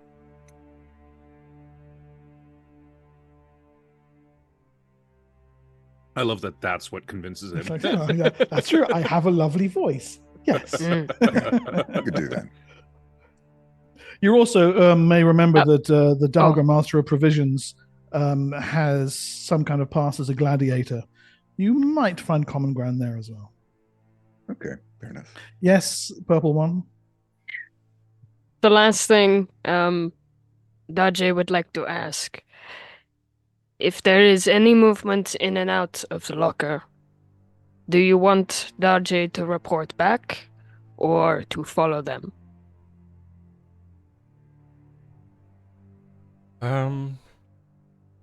Maybe follow then report back? It's more of wondering if there's multiple different people going in and... But I'm kind of guessing if this is Lalaresh secret cargo, surely it would only be him going in there. But the only access to get in there is through outside. It is no problem for Daji to follow them. Yes. I think find out who it is first. A report, and then if we need to know who it is that's going in there. Don't we? This is acceptable. Your critic lizard nods approvingly. I need to change the critic lizard. Arnout, I need a new pet, please. In Darksun, they're called kivits, cats. I need a kivit. Cool. I'll go do that. You do it. Yeah, off you go. Okay, so my question then is, so tonight then, do I understand that, Darjay, you're going straight down and you're going to plaster yourself against the wall in camouflage? Yeah. And stay there all night? Yes. That's great. Are you guys doing anything inside the caravan? I plan. Sorry. No. You go ahead. No. I was just saying that we're not. It doesn't really seem like we have any other plan to do. Yeah, I'm gonna stay in the passenger room opposite the master bedroom, just in case Lalaresh decides to check in on me or something. He gets horny. Yeah, if he changes his mind. And I'll just post in there for the night, but I don't think there's anything else I've planned. Okay. And Scathis, did you want to go and talk to Halted Fence straight away this evening, or are you going to wait? I might wait. Okay. I'd say, Darjay, you may feel me approach on your mind now and again, check in on you, so you know it's me. Daji understands. Do halflings in the party enjoy a traditional diet? Duncan Snowborn asks. Apart from the nachos. He eats berries and mushrooms. It Our depends on halflings the thankfully occasion. vegetarian. It depends on the occasion. Okay. All right. Fortunately for the halfling in the party, the Surins in the party don't enjoy a traditional diet. Right. I think it's fair to say that everybody eats everybody in this. It's just Mutual self cannibalizing. It's the circle of life. Yeah, exactly. I actually have a spell called that. Okay, so Darjay, you cling to the wall outside the storage locker and camouflage yourself to match the bluish-hued, dusty agafari wood. Yes, exactly like that. You do notice that there is a couple of comings and goings. Dalgra, the master of cargo, comes and goes once or twice to get little tools to work on the metal harnesses or to make sure. Dalgra. Not that I can spell. LOL. Not that you can even write. DAG. Dalgra. Dalgra. D-A-L-J-A-R. Got it. Yeah. And actually, along with a couple of his slaves, and they spend. And he's the master of coin, yes? Master of cargo. Cargo! Sorry. Winter is not coming. And spends the evening working on the wheels of the argosy, doing some little bits of repairs that have become necessary due to its traverse through the inhospitable terrain of the Verdant Belt. Lalaresh does indeed pop his head round your door, Siora, just to wish you a good night and pleasant dreams, and I'll see you in the morning. And thanks again for your honesty. And then waits a few seconds before leaving. Other than that, the night is uneventful.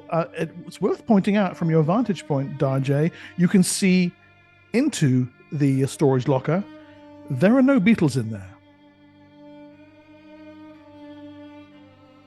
Huh.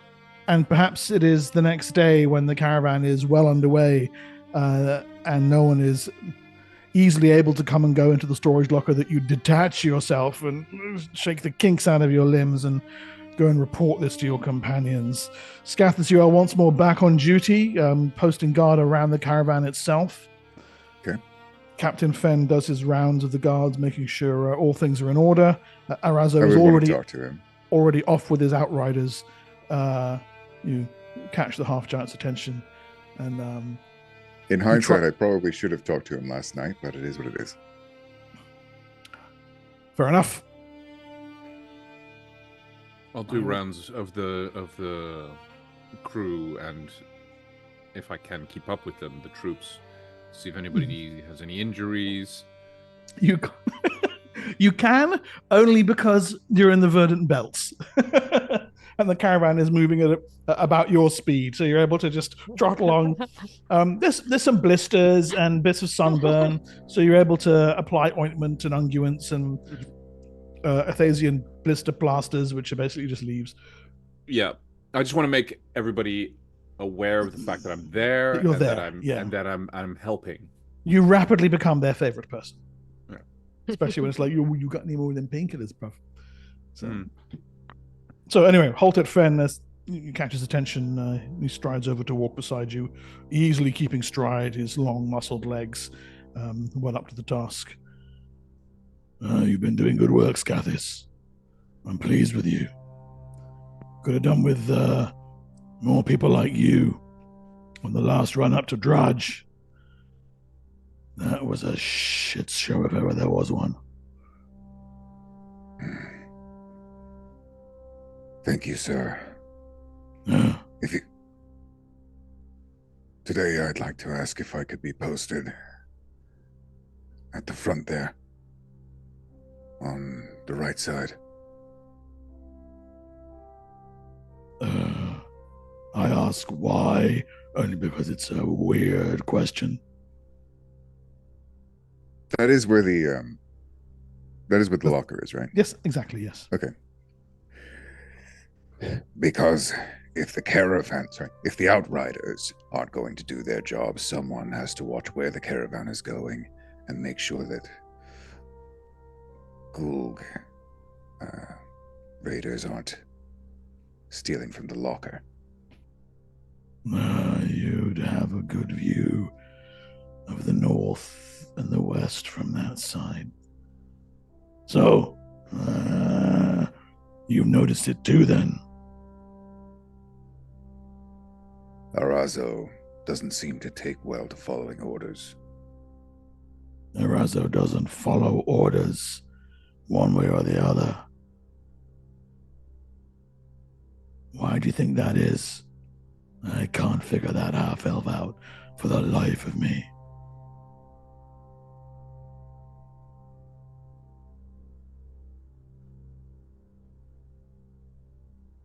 The worst part is that the other outriders seem to follow his example.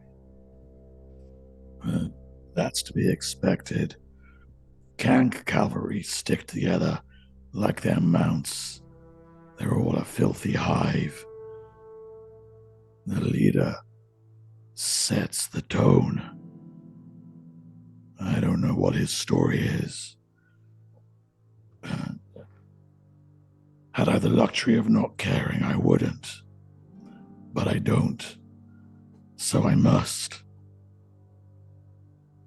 This contorted chain of logic is impressive for a half-giant. But holds it nevertheless. Shall he be disciplined?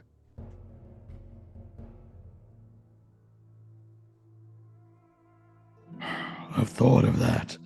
Lalarash says to leave him. As long as he's running patrols, it's fine. And he doesn't want any dissent in the ranks. Morale, you understand? What I wouldn't give to slap his pointy-eared head off his skinny little shoulders. Prioritizing morale over discipline is dangerous. He's a traitor. He only cares what people think of him.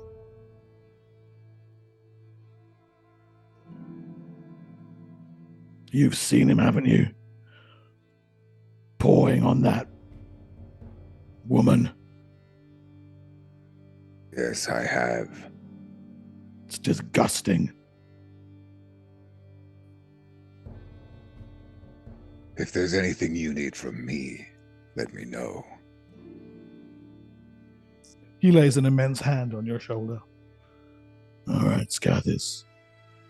I'll keep that in mind. Consider your request approved. He gives him a nod in gratitude. And Fen gives the orders. You're marching back there. Scathis had the forward starboard. Yep. And Scathis leads his own, I guess, little patrol up there. They'll probably bark to them a little bit. Yep. Come on, you lot! Can I do my daily check-in on the beetles? They're starting to respect you, Scathis, and so they fall in nice and rapidly. And you have a good view over the storage compartment. Senex, yes, they're still there. No need to make a roll for it just now. Still confined. A little hungrier than they were yesterday, actually. But that's all. The caravan pushes its way onward, continuing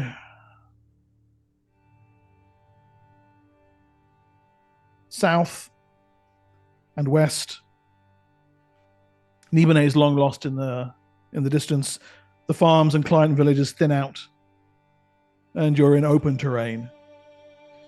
There's distant yipping barks throughout the day that suggests that the caravan is being flanked by a pack of Jakar. But you can see Arazo and his outriders cutting big, swathing circles of dust around the caravan itself, and they don't come close. The caravan settles down for that evening, now beginning to fall into a simple travel routine. And for the second night, just want to run by you guys if there's anything you guys want to do. Yeah, I do. As part of your investigation. Does Darjay actually convey the information that she cannot see the beetles? No, he keeps that completely secret and doesn't tell anyone. Well, that's. And I just want to point out. I just want to point out, Scathis, that as the caravan stops for the evening, Dalgra and a couple of his slaves come to the storage locker and get their tools out to perform maintenance. And you can see there's no fucking beetles in there. When I check in with the beetles, I also check in with Darjay with a sense link, and I sense for his eyes and obviously what he can hear and suppose. Well, if that's possible, I don't object to it. The way I was going to say is perhaps I, during a period of before the night shift starts and before the day shift comebacks, I take a moment not only to feed myself, because I've been like this the whole time for hours. Yeah. Yeah. But I would also try to find a member of our group to let them know that Darjay sees no bugs, not one. Perhaps you were misled? Oh, I've checked on them today, and they're definitely there. Same time I checked in on you. Did obviously at the time when I checked in on Darjay, like, was he looking anywhere? Did I get anything from him? Yeah, you managed to catch him a couple of times, being able to get a look into the storage compartment. It's got tools and supplies, leather and wood, and ivory pins that would serve as nails. Everything you'd expect to keep a caravan like this running, little pots of grease and what have you. My next question would what be, did Darjay... do I see through the illusion that might be there? You do not see through any illusion, no. What Darjay has seen is the master of cargo, in and out, for supplies, tools, to repair the argosy. Nothing more.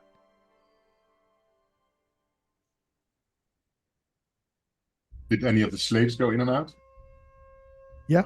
Darga had slaves, yes. Dalgra has, where are we here? 3 slaves. Do you want Tovi, and Naivar, they've all been in and out over the last couple of days.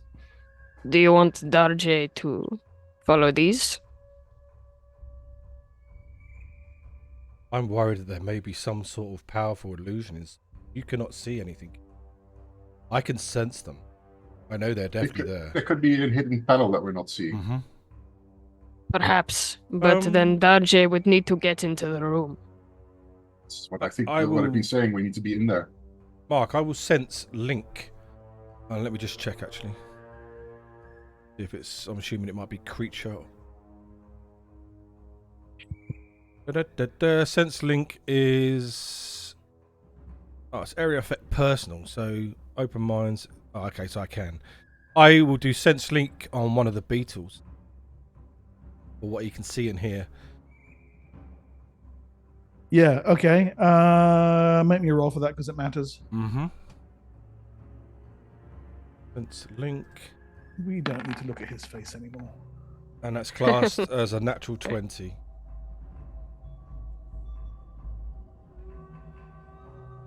So you can tap 2 senses at the same time? Yes. Okay. All right. So yes, you can see that the beetle is in. Which senses do you want to go for? Let's have a look. What's a good one? Smell and taste. That's what I think is a good idea. No, because you're probably just gonna poison me. I will do sight and sound.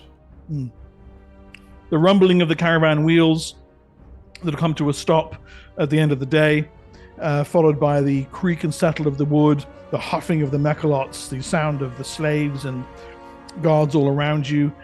Sight reveals to you wicker cages.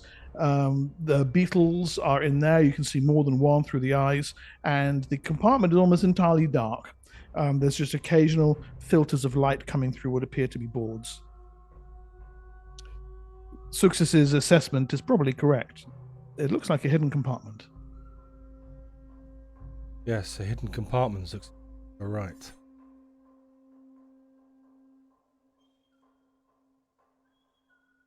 That makes it very interesting because that's something that has been built into the argosy, so it's a little bit more planned. Darje may be able to get into the room and find the secret hatch, but you will need to keep everyone away. Are there only the bugs there, or also other stuff? In the hidden compartment? Nothing else. How many bugs did I sense down there?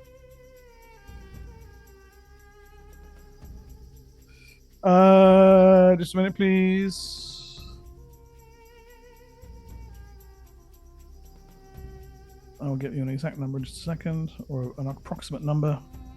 Phoenix, what are they being kept in? A wicker basket of some kind. Okay. Cage. You think between 20 and 30. There is between 20 and 30 of them in these cages. I don't know if there's just one cage or more. There are in multiple cages. Yeah. Darje, I agree. Getting inside and seeing if anyone goes to the secret compartment themselves, but obviously I'm guessing these are going to be controlled by a psionicist of some sort.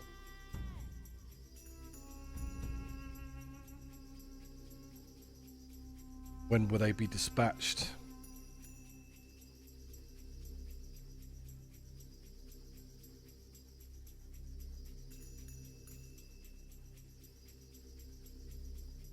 Maybe you mentioned something about suspicious things from the other trade houses. The Ciora, you mentioned obviously that trade houses about working together. I don't think that would be a case.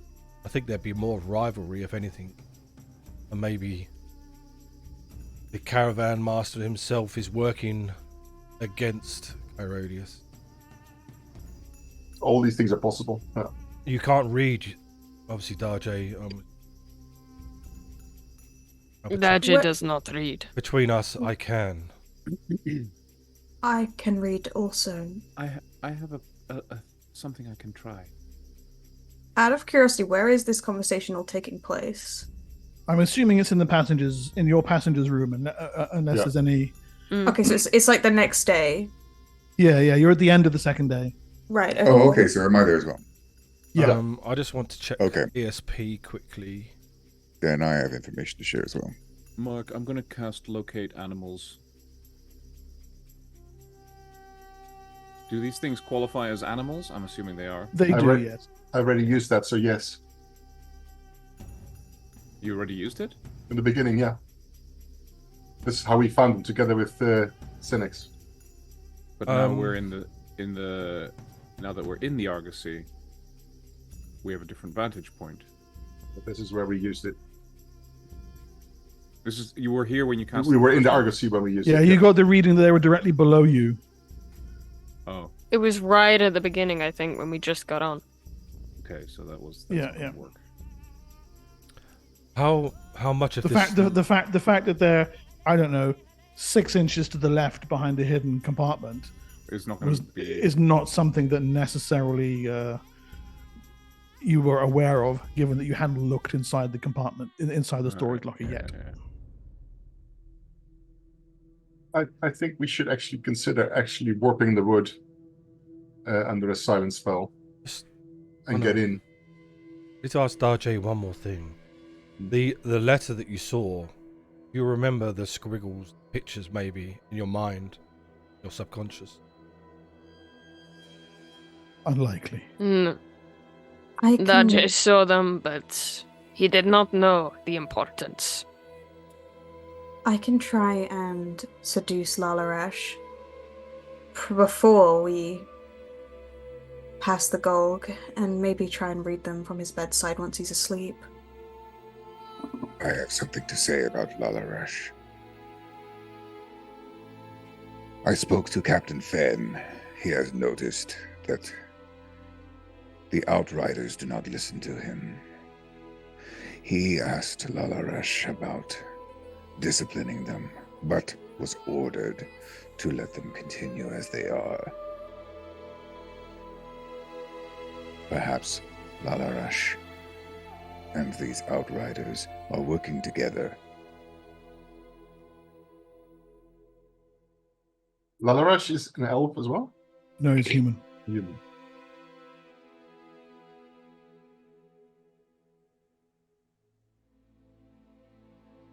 Or at least Arazo, the leader of the Outriders. It is possible that the others are simply being unwittingly ordered around by him. Oh. You guys... a handsome and fetching human. There you go, just to remind you. There is one thing that Darjay would like to mention, Siora. If you get the chance to be in his room, there is a lockbox Darjay was not able to open. There may be something interesting within. I can only imagine it's coin, but yes, I will do my best to look in.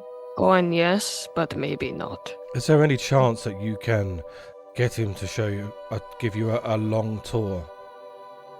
He did breeze over the cargo bay when we first arrived. I'm going to see if I can persuade him to take me into the cargo bay and show me around, but I can get it might be a bit... If Darjay cannot, I can. Yes, I can try and distract him. He does say that he's going to be busy until we pass the Golg, though. It's the only problem. It might be a bit hard, but I'm then sure again, that won't be a problem for you.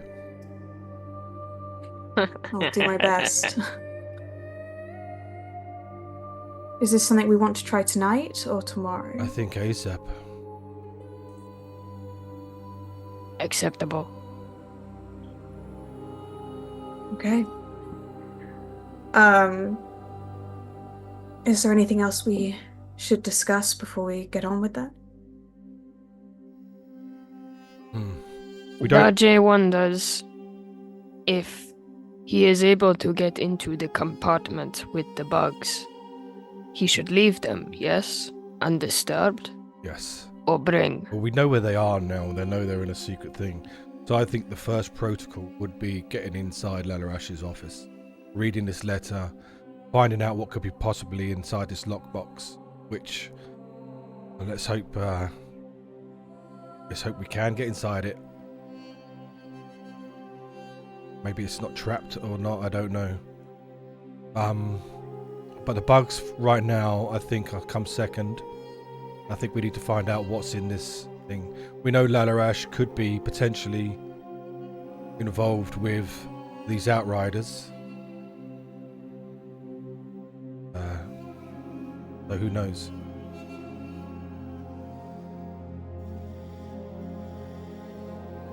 Okay, and I also heard some mention there of a silent spell and a warp wood. Is that a plan, or is that just I think that's plan B. Idle banter?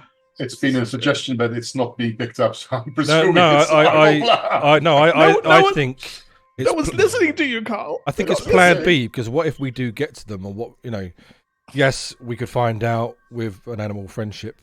Well, then all those things become an option, yeah. Yeah, I mean, I just want to point out, animal friendship is not. These beetles have, they're beetles, right? They're not going to be able to tell you an awful lot, right? And you're not going to be able to say who put you in here. They will just go, beetle. They have like one, or their intelligence actually is rated as 0 or 1. Oh, 0 even. Jeez. Yeah, they're like, okay. Wear blood, give blood. So this much I mean, Zuxus would know this. Yeah. Okay. Yeah. Most insects are shockingly focused, should I say? Yeah. In my mind link, in my mind, whatever it's called,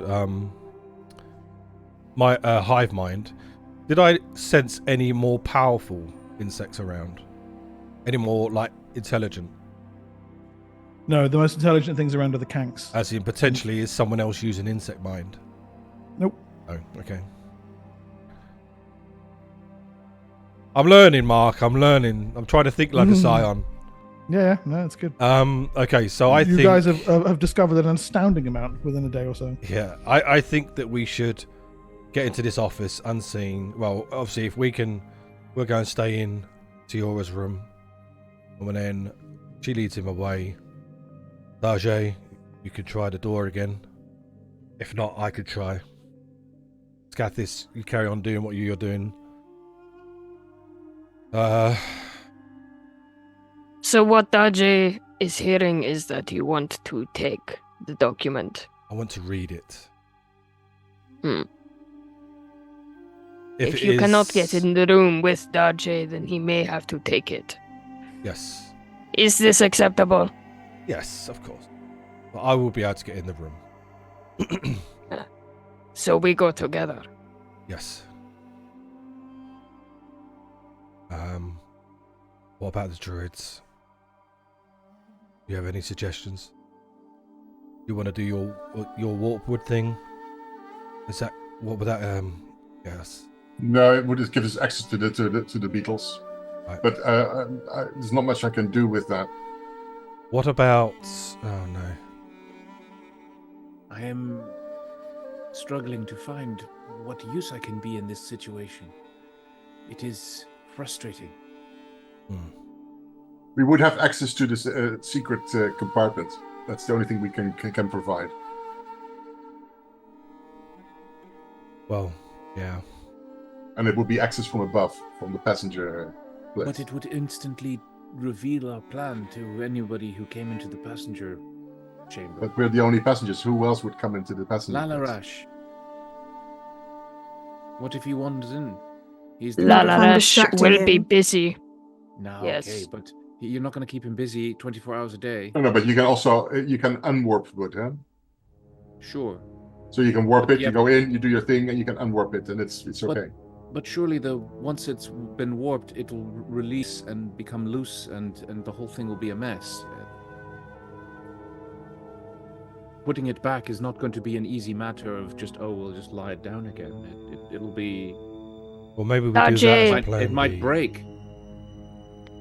He advises Ubulai to take what is called a chill pill sometimes. It will work. I'm just being cautious. Let's do it as a plan B then. If you are cautious, then plan B, yes. Maybe one of you or both of you come with us. It would be wise for Ubelai. I will come. He is small. He may pass undetected. We'll stay where I am. Okay. So let's get that clear. What's happening? I'm going to follow whoever. I'm seducing Lalaresh in my room so that they can investigate his room. No, that's far too dangerous. No, I think that we'll be hanging in your room, just chatting as friends, and then you go off and take him for a tour.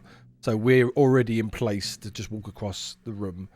And I think he needs to be further away from his cabin. I'm just worried about the time of night. What time is it? Is it? You're already at sunset.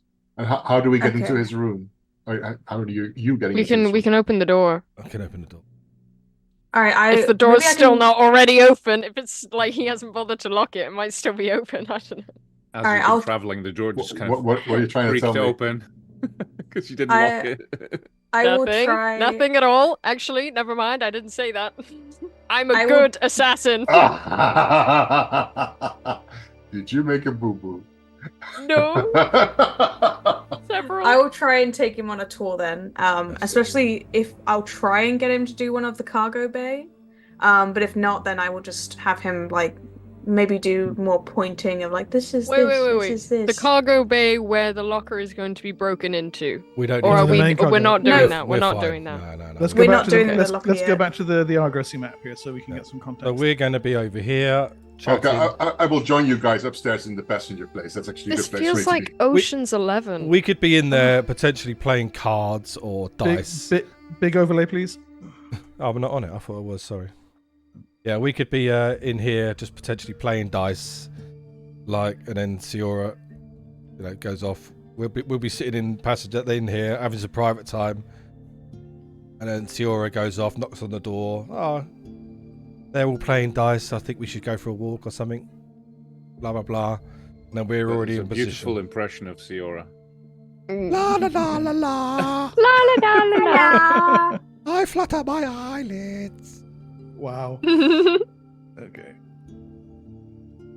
Right. Well, there's Lalaresh just for the hell of it. Knock knock knock. Lala trash. Am I right? Lala trash. Got him. Okay, so you're gonna get your question is to Lalaresh to ask him for another tour. My friends are being boring. I want to go and you must need to make the rounds at night, surely. Could I accompany you for another tour? We never did get to look at the cargo bay. That whole thing. I want to pet the kanks. I understand. You want a little quiet time with Lalaresh. Not a problem. Let me.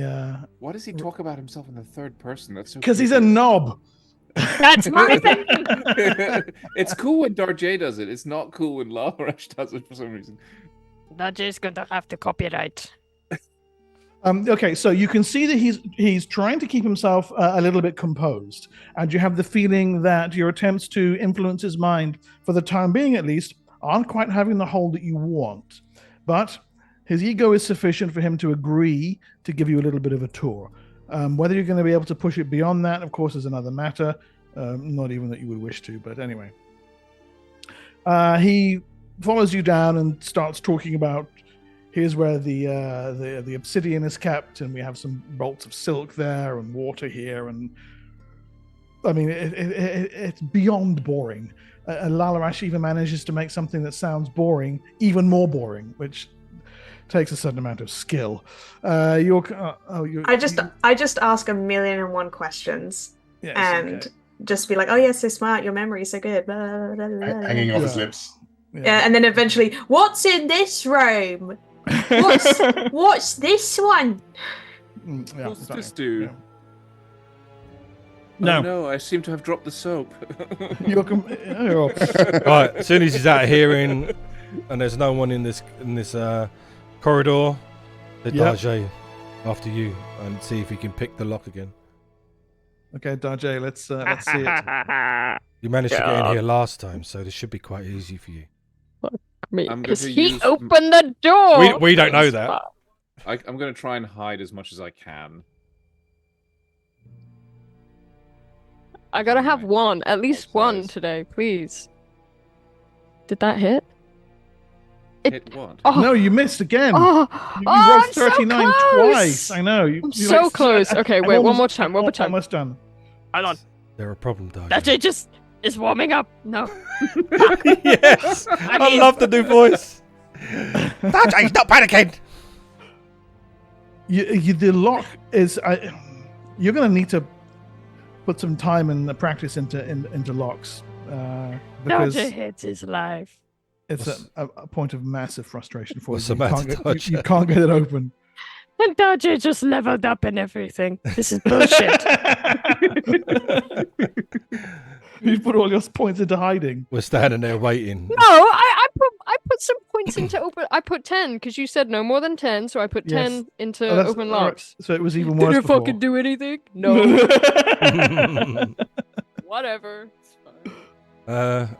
We're sitting obviously waiting. Darjay is you know what, Darjay would like to see the great Senex's abilities on this. Perhaps you know what, you should try. Why don't you try? I was only joking. Not because Darjay cannot do it, it's because Darjay is intrigued.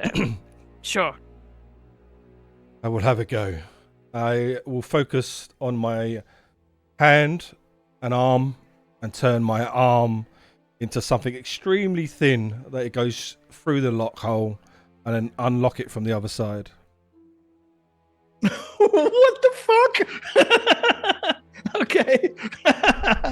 Let me see the power manifesto. All right, Mr. Fantastic. That sounds so Well, I'm going to roll a natural 1 now. Wow. He needs to get 16 passes. Or something. That is apparently you get paradox. I'm pretty sure that the power says you can do that, doesn't it? Yes, it does. Yeah. Yeah. Okay. So right, it's horrifying. You immediately wish you hadn't asked him to do it because his arm becomes this horrible little weedy little like worm-like thing and goes through the keyhole, and you hear the click of the door unlocking. Darjay has to cover his mouth to stop himself from screeching. In the background, I think it's like. And then I leave it like that for a little bit and give them all a little tickle. us two little guys just like looking at this man go. We're like, do all your body parts do that? That's gross. Yes. Okay. Why are you interested in? Never mind. I'll open the door. His room is beyond. Show me where this document is. RJ. Stop looking at my arm. It's gone back to normal now. Sorry. Darjay has seen things today. Anyway, it's on the desk. Spat my drink everywhere.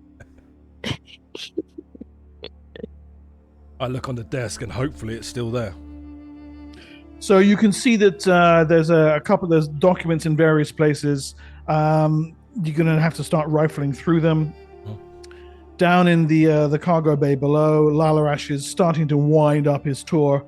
You can see that even he realizes he's being boring and doesn't want to what he considers as blow his ride so far. So is he trying to head back upstairs? He is trying to, yes. In his chambers up up on the top level, Senex, you start looking through the documents. There's primarily they're to do with cargo acquisition. They're to do with stuff that's being brought on board, estimated values. You have a rundown of what's in the secure cargo hold, if you wish. RJ tries to get the the box open again. Oh, really? Yes. Yes, why not? Sorry. Go on then. I'm just gonna do both rolls now.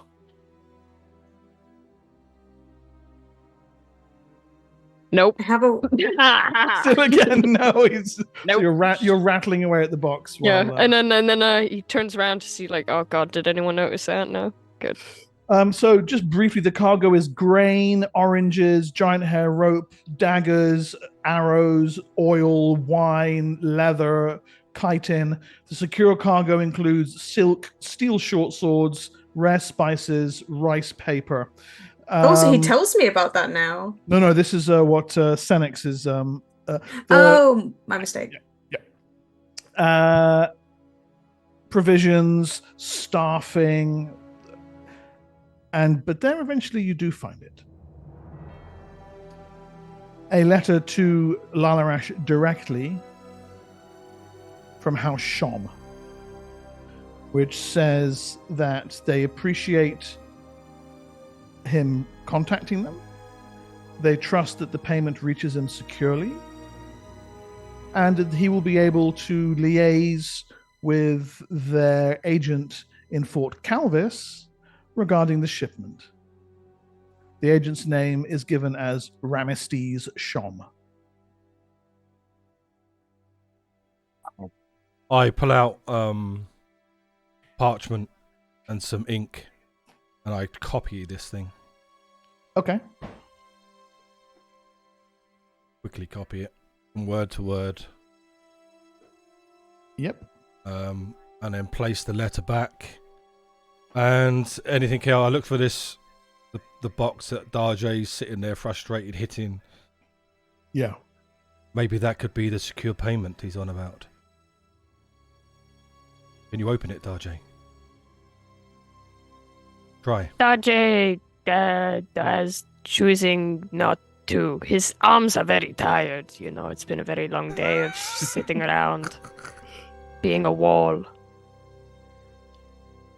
I don't know if it's trapped. Is it trapped? Have you checked? Darjay may check. Late now. I've been fumbling with it for quite a while. You know how I said that open locks was your second worst? Well, find traps is your worst. And 100% you rolled, so you haven't a clue. It could be a risk. Darjay! If it is Darjay trapped and I open it, if I can even open it. And We are so we're- skilled. We're then in the line of fighting our way out of this. Darjay wonders then if you suspect it is coin. Maybe we leave it. Shake it. Can we hear anything? Exactly, from yeah, it? pick it up and shake Yeah, it. shake it. What's the weight of this thing? It weighs about 20 or 30 pounds, Oh, not a and you can hear metal clanking around inside when you pick it up. coin metal or No, gems? I would No. know the clank of gems anywhere. it sounds like ingots. Trade bars. Trade bars, exactly. Sounds like ingots. Yeah, Any idea? Probably it's iron. Iron?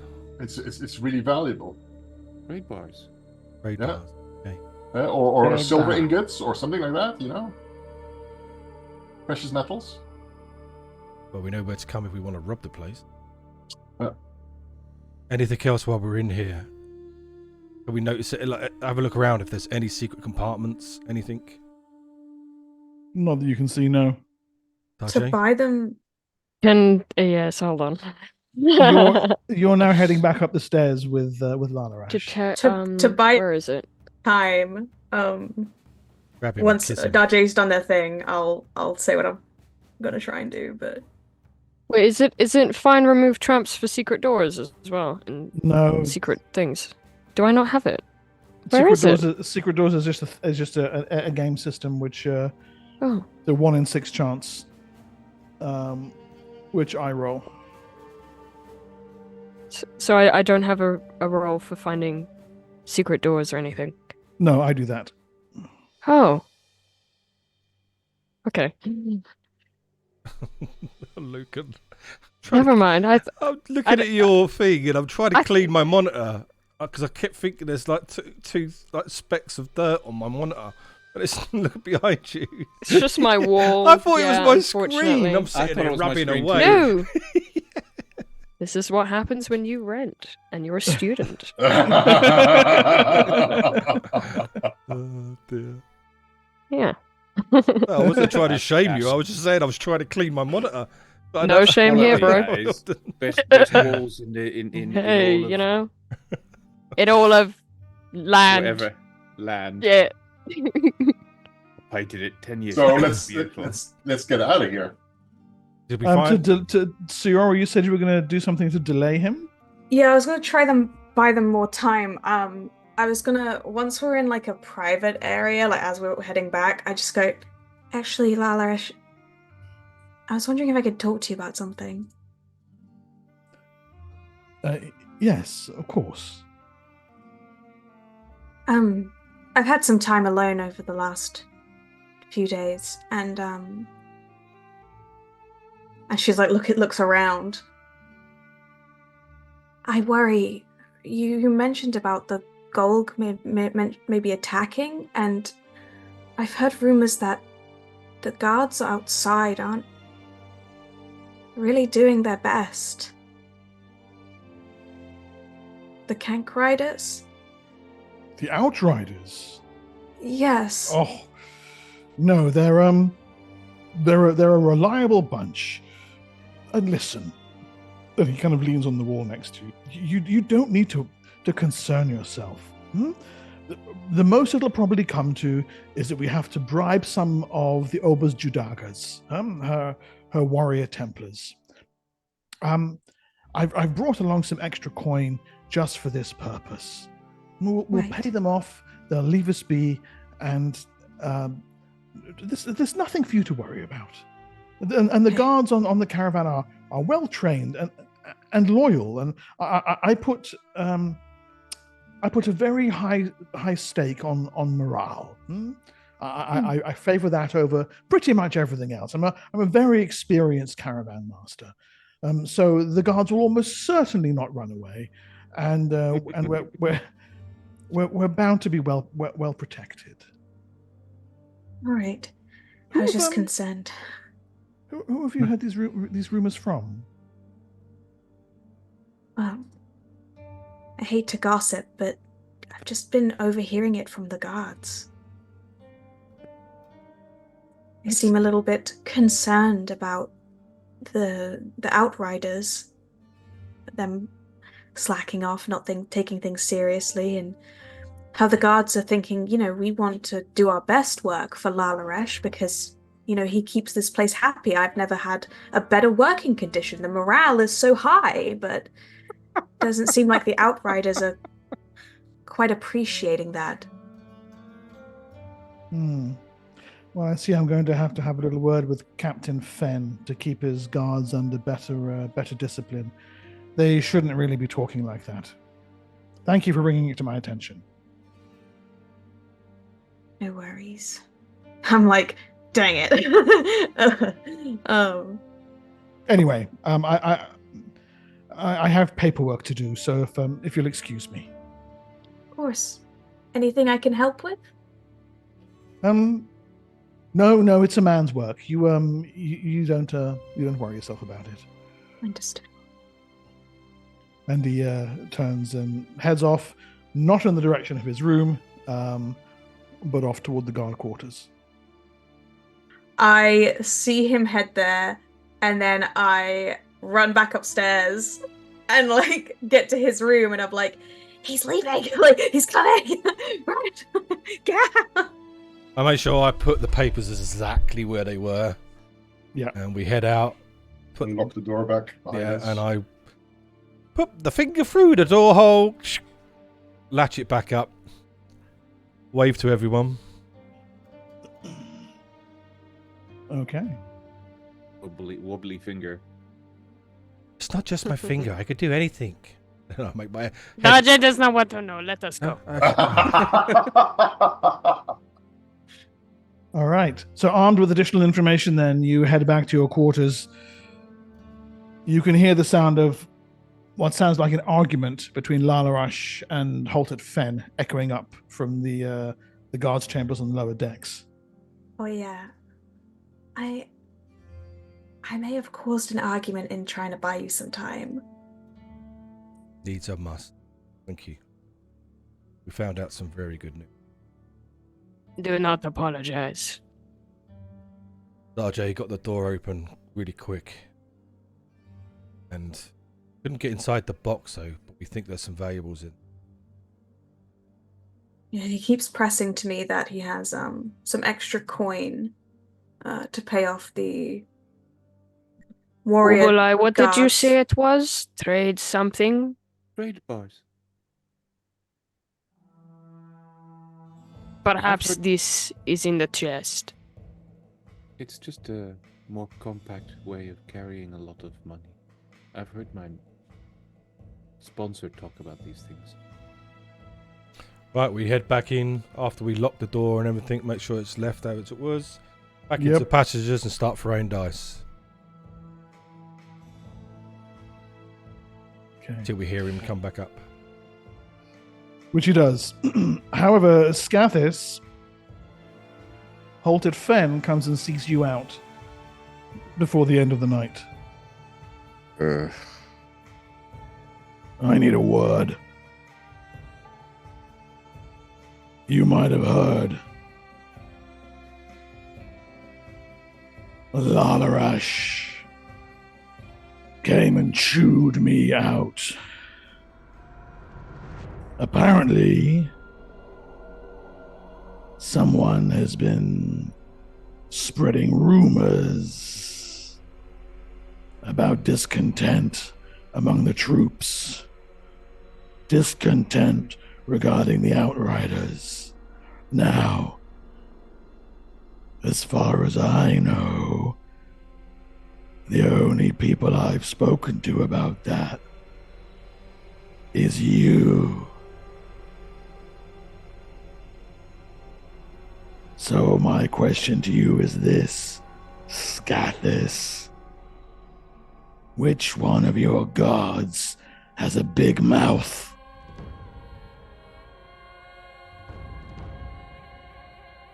I don't know, but I'm going to find out. We don't have time for that. Pick one and have him flogged. Now. I want Lalarash to see that we mean business. I'll do it myself. Good.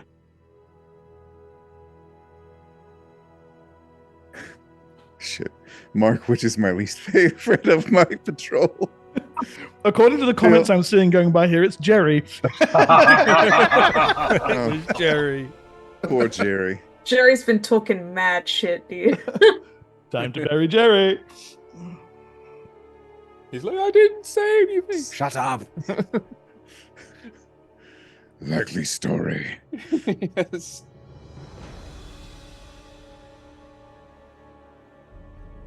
So? Yeah, I'm going to flog the shit out of Jerry. Okay. Well, needless to say, he protests his innocence. I mean, do you even tell him what it's for? Just that he shouldn't be grumbling around camp to other guards, and that Captain Fen has ordered this. And actually, no, he'll say that the orders came directly from Lalarash. The man protests his innocence, pleads, begs, but seeing the determination in your cold, dead reptilian eyes, knows it to be futile. He is bound and on his knees in front of you. Complete silence has fallen across the camp.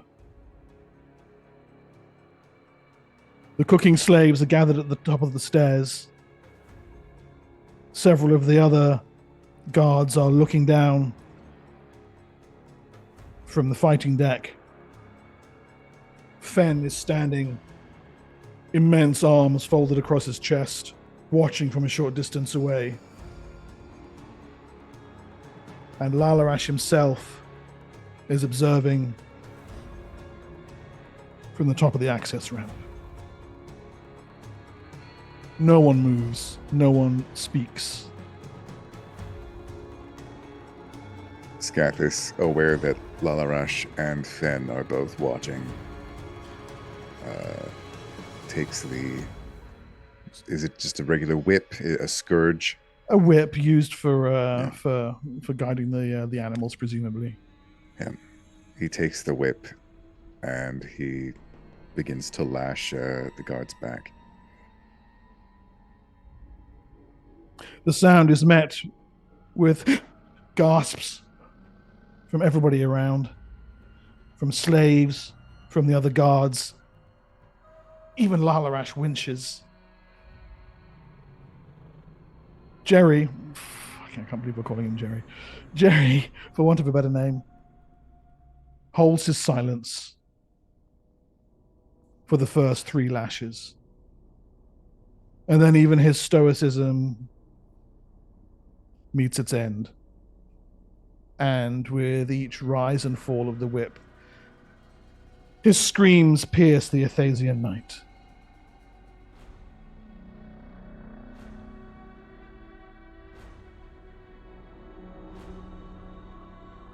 When it is over, a couple of his companions carry him to find Thicket. He can barely stand.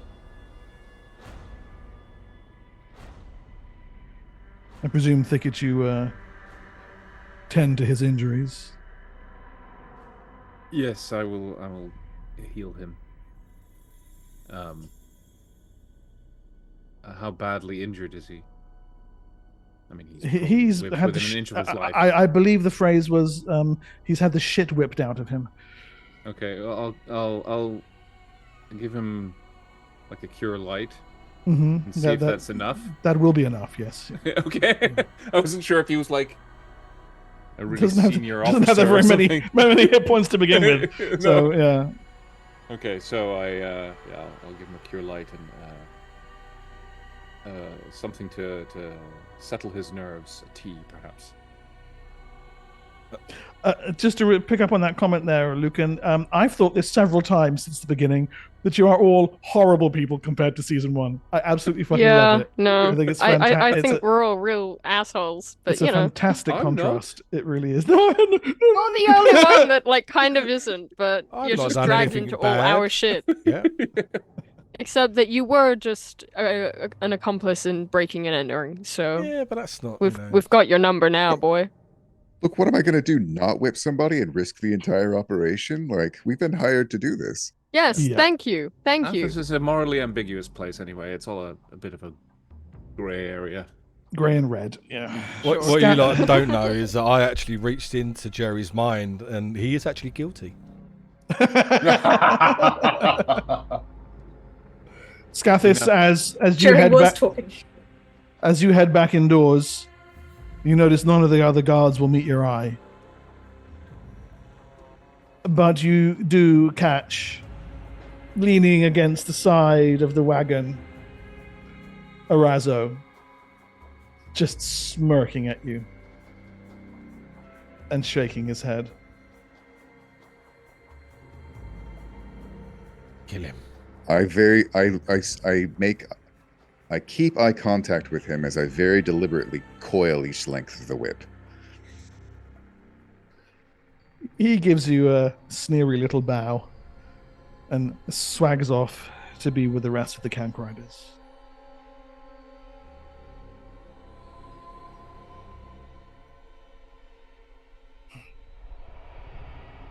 So, 5 more days until you pass next to Gulg and onto the People's Road. There is an uneasy tension over the caravan. You have, you believe at least, located the beetles. You know there is some communication between Lalarash and House Shom. He is... Let's go back to the other overlay and I'll put the map up again. He is supposed to meet someone in Fort Calvis, which is actually... It takes you 7 days to go this distance, right? From here to here. We're not on the map. It'll take... Are you not? No, we're still No, on you're the- not. I am. Haha. There we go. It'll take you 7 days to go from Nibenay to the People's Road by Gulg, given the rate of travel across the plains and the Verdant Belt. On the road, it's 2 days to Fort Calvis. It's a massive increase in speed. Now, I suppose my question to you then is, do you want to act on any of your discoveries or intelligence? Or do you want to wait until you're either at Fort Calvis or even Altarok itself before you start to push things? I want to know. Your question, your mission, of course, is twofold: to investigate the beetle trade and put it to an end, but also to find out who the hell is doing it. So, I think these are things you must bear in mind. this letter doesn't mention anything about the beetles, does it? So No, it just says the shipment. is there any way for us while we're on this caravan to get word back to Carodius? Not that I'm aware of, unless you can come up with some method yourself. I don't know if the druids have got anything. I'm thinking of it. There might be an air spell. Let me have a look. That's assuming she's even still in Nibenay. Yeah, true.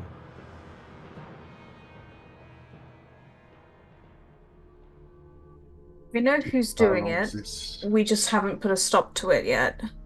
Well, And here's Hold the on. thing. Someone has been doing this for some time. This is the first time that Lalarash has done an argosy, which means there's others. This is a very good point. I think it will be someone who's already connected with the argosy that we're on, It makes sense. Although or I'm this route, or whatever, you know. Yeah. Although him holding the hand above the head of the elf is a little bit suspicious, isn't it?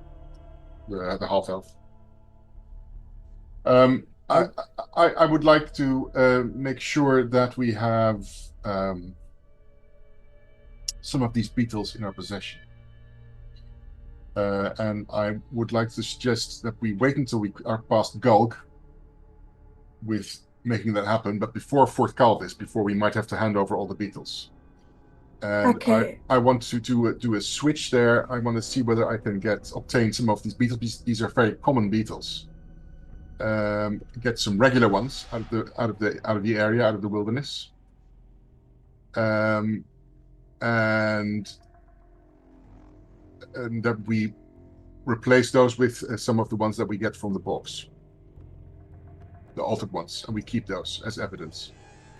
True, or we kill the beetles and see who gets mad. Yeah, but then know that somebody has tampered with it, and we try to avoid that, right? It could have been anything. It could be starvation. It could have been lack of, I don't know, air in the thing. We could make it look like an accident. I suppose. I could kill them all right now.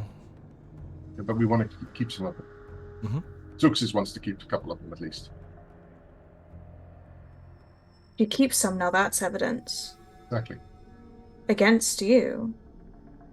Why?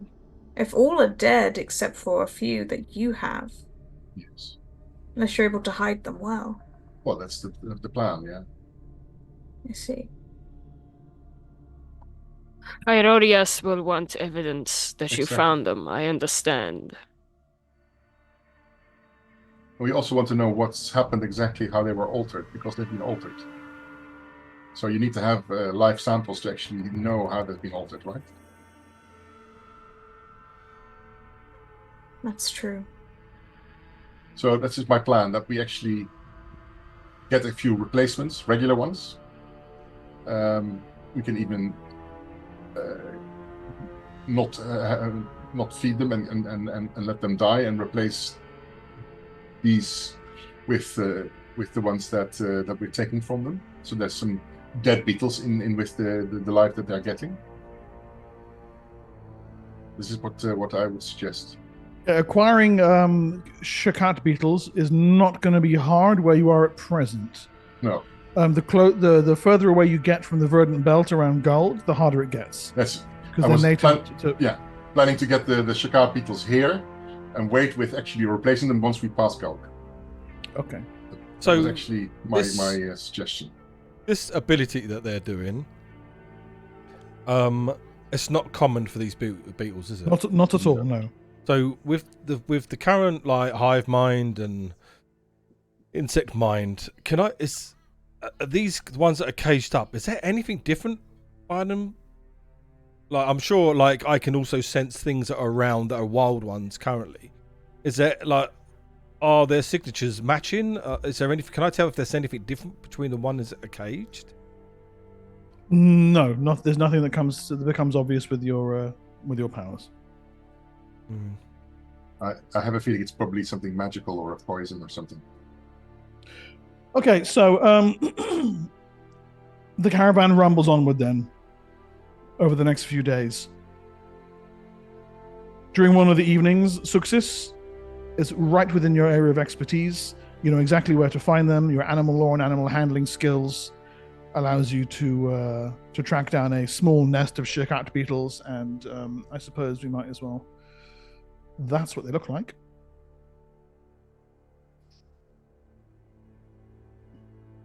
I am going to try something else, Mark. And you're able to, let's say, pick up half a dozen of these and store them in a bag or something? Yeah. Okay. Yes. How will you be able to tell the difference between them? He doesn't need to. She doesn't need to. What do you want to do there, Senix? I would like to sense link again and do taste and oral. Oral and the other sense that I haven't done. I've done sight, I've done hearing. Touch, scent. Touch, yeah, and oral. There's nothing unusual comes to mind. You're 100% certain they're in a stuffy compartment kept inside wicker cages. I suppose then.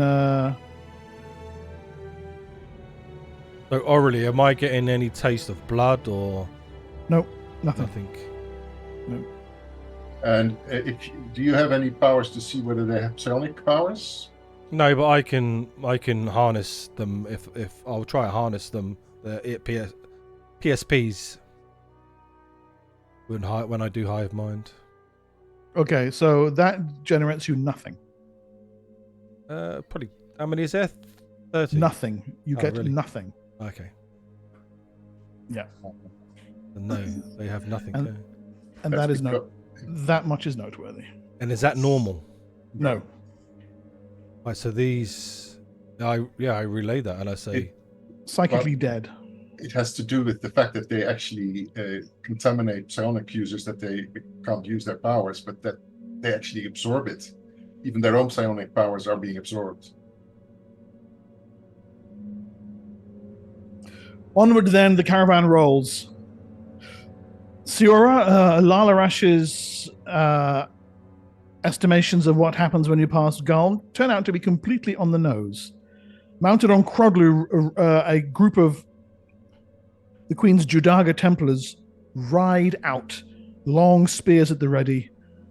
He personally heads out on one of the kanks, and even from this distance, you can see the flash of silver changing hands. And so finally, some 7 days out, you leave the verdant belt behind. The Crescent Forest, the Windbreak Mountains, the small streams you've been passing by and the farms that surround Gulg are replaced by the immensity of the People's Road. It's risen up on a huge berm and is almost 100 feet wide. The Black Spine Road that led into Nibenay has got nothing with this thing.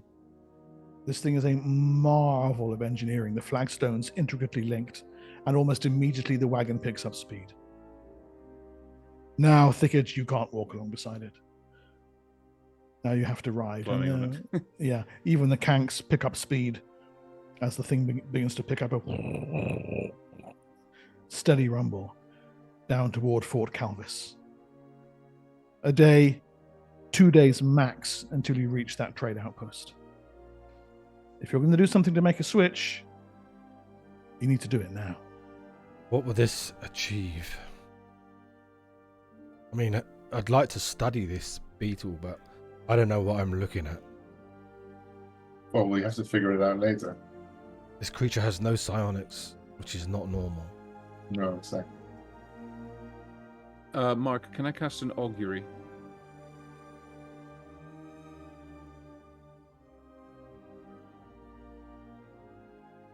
Yes, with what question? Will swapping the beetles be a good idea or a bad idea?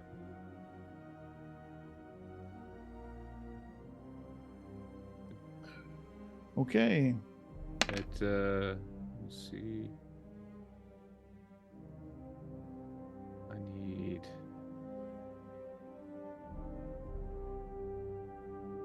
Oh, wait. So it requires quite an expensive component. Can I assume to have that or not? Well, do you have it?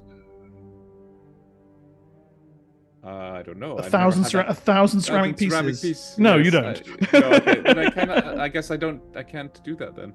No. Well, okay. that sucks. I had one thing I could do today, and fortunately, I can't. You healed Jerry, poor guy. I did. He would have had awful scars if it wasn't for that. Yes, that's true. Let me have a look. Perhaps there's something else I can do.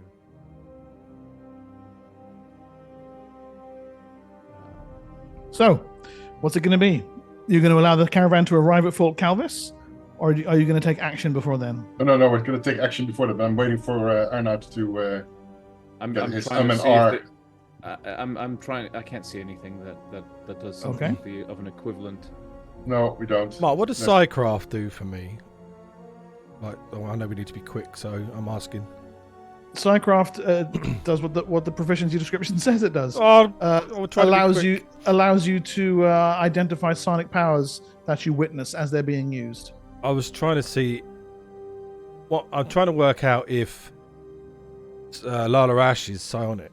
Oh. You've seen no indication of that.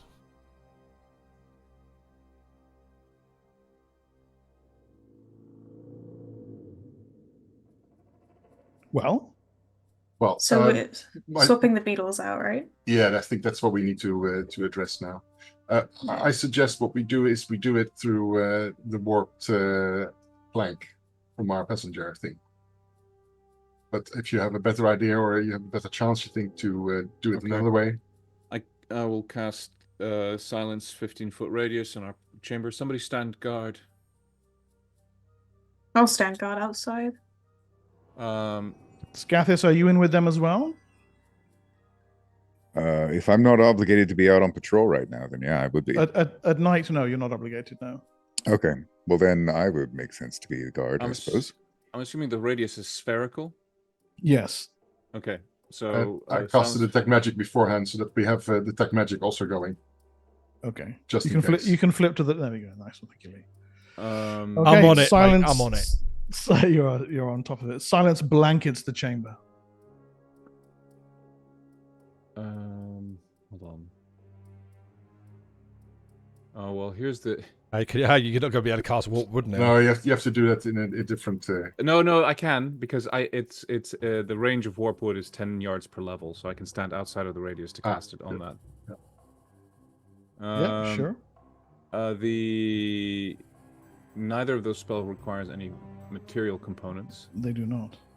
So I will I'll cast Warp Wood on the section that I estimate to be above that chamber. Yeah. Okay. But, The wood noiselessly. Okay. And bends itself upward, and look down. Yeah. Okay. So you can apply the same to the interim struts, and push aside completely silently the Agafari planks of the ceiling of the locker room. Oh, argosy falls apart. And let me just give you a. Not one. That was the strut. Okay. From this angle, at least, you can't see any hidden compartment. Okay. But you can now have a safe drop down into the motion to Darjay, maybe. Yep. I pinpoint exactly where. Okay. Well, Darjay will drop himself down then. And what follows Senex's beeline over. Yeah. Okay. That, with your own natural senses and skill at the arts of stealth, you actually hear the hollowness. I mean, you're outside the radius of the silence spell now. And slide the compartment aside. It's a panel in the wall with a recess to a hollowed out area in the floor. Can you roll me a d20, please? I swear to God, if you leave me like pink strawberries. Oh, well, that's a bit much. Yeah. For those of you that don't know, Pink Strawberries was a character I had when I was 4 years old. And she was choking on yellow mold all these years. I'm a bad father. Very. Roll your fucking saving. Where is it? Oh, right, on Roll20. Just 1d20? Yeah, just 1d20 will do. So that's where it all went wrong from that point onward, isn't it? Yeah. Yep. We see it now. Trust issues. Laid out. Show me on the doll where the bad man hurt you. Okay. All right. Although if this were a TV show, the camera would show it. The long, slender piece of string that snaps loose as you slide the panel open. You fail to notice it. Of course. Of course! But within, however, the beetles. 3 crates. Each one containing a dozen beetles.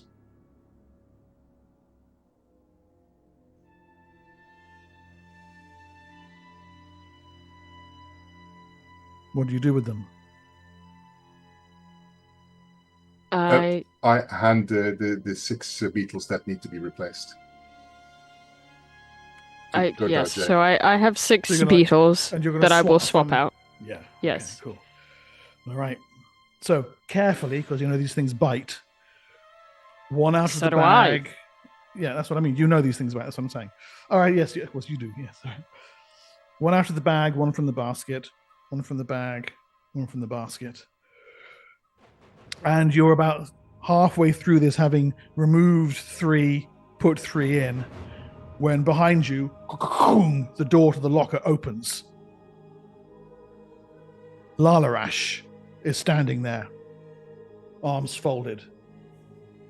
He looks up to the hole in the ceiling where at least 1 or 2 of your companions are staring over. Behind him, Holtat Fen is glaring in. Well, Lalarash says, it looks like we've found our smugglers. The Mistress Carodius will be pleased to learn that I've caught you.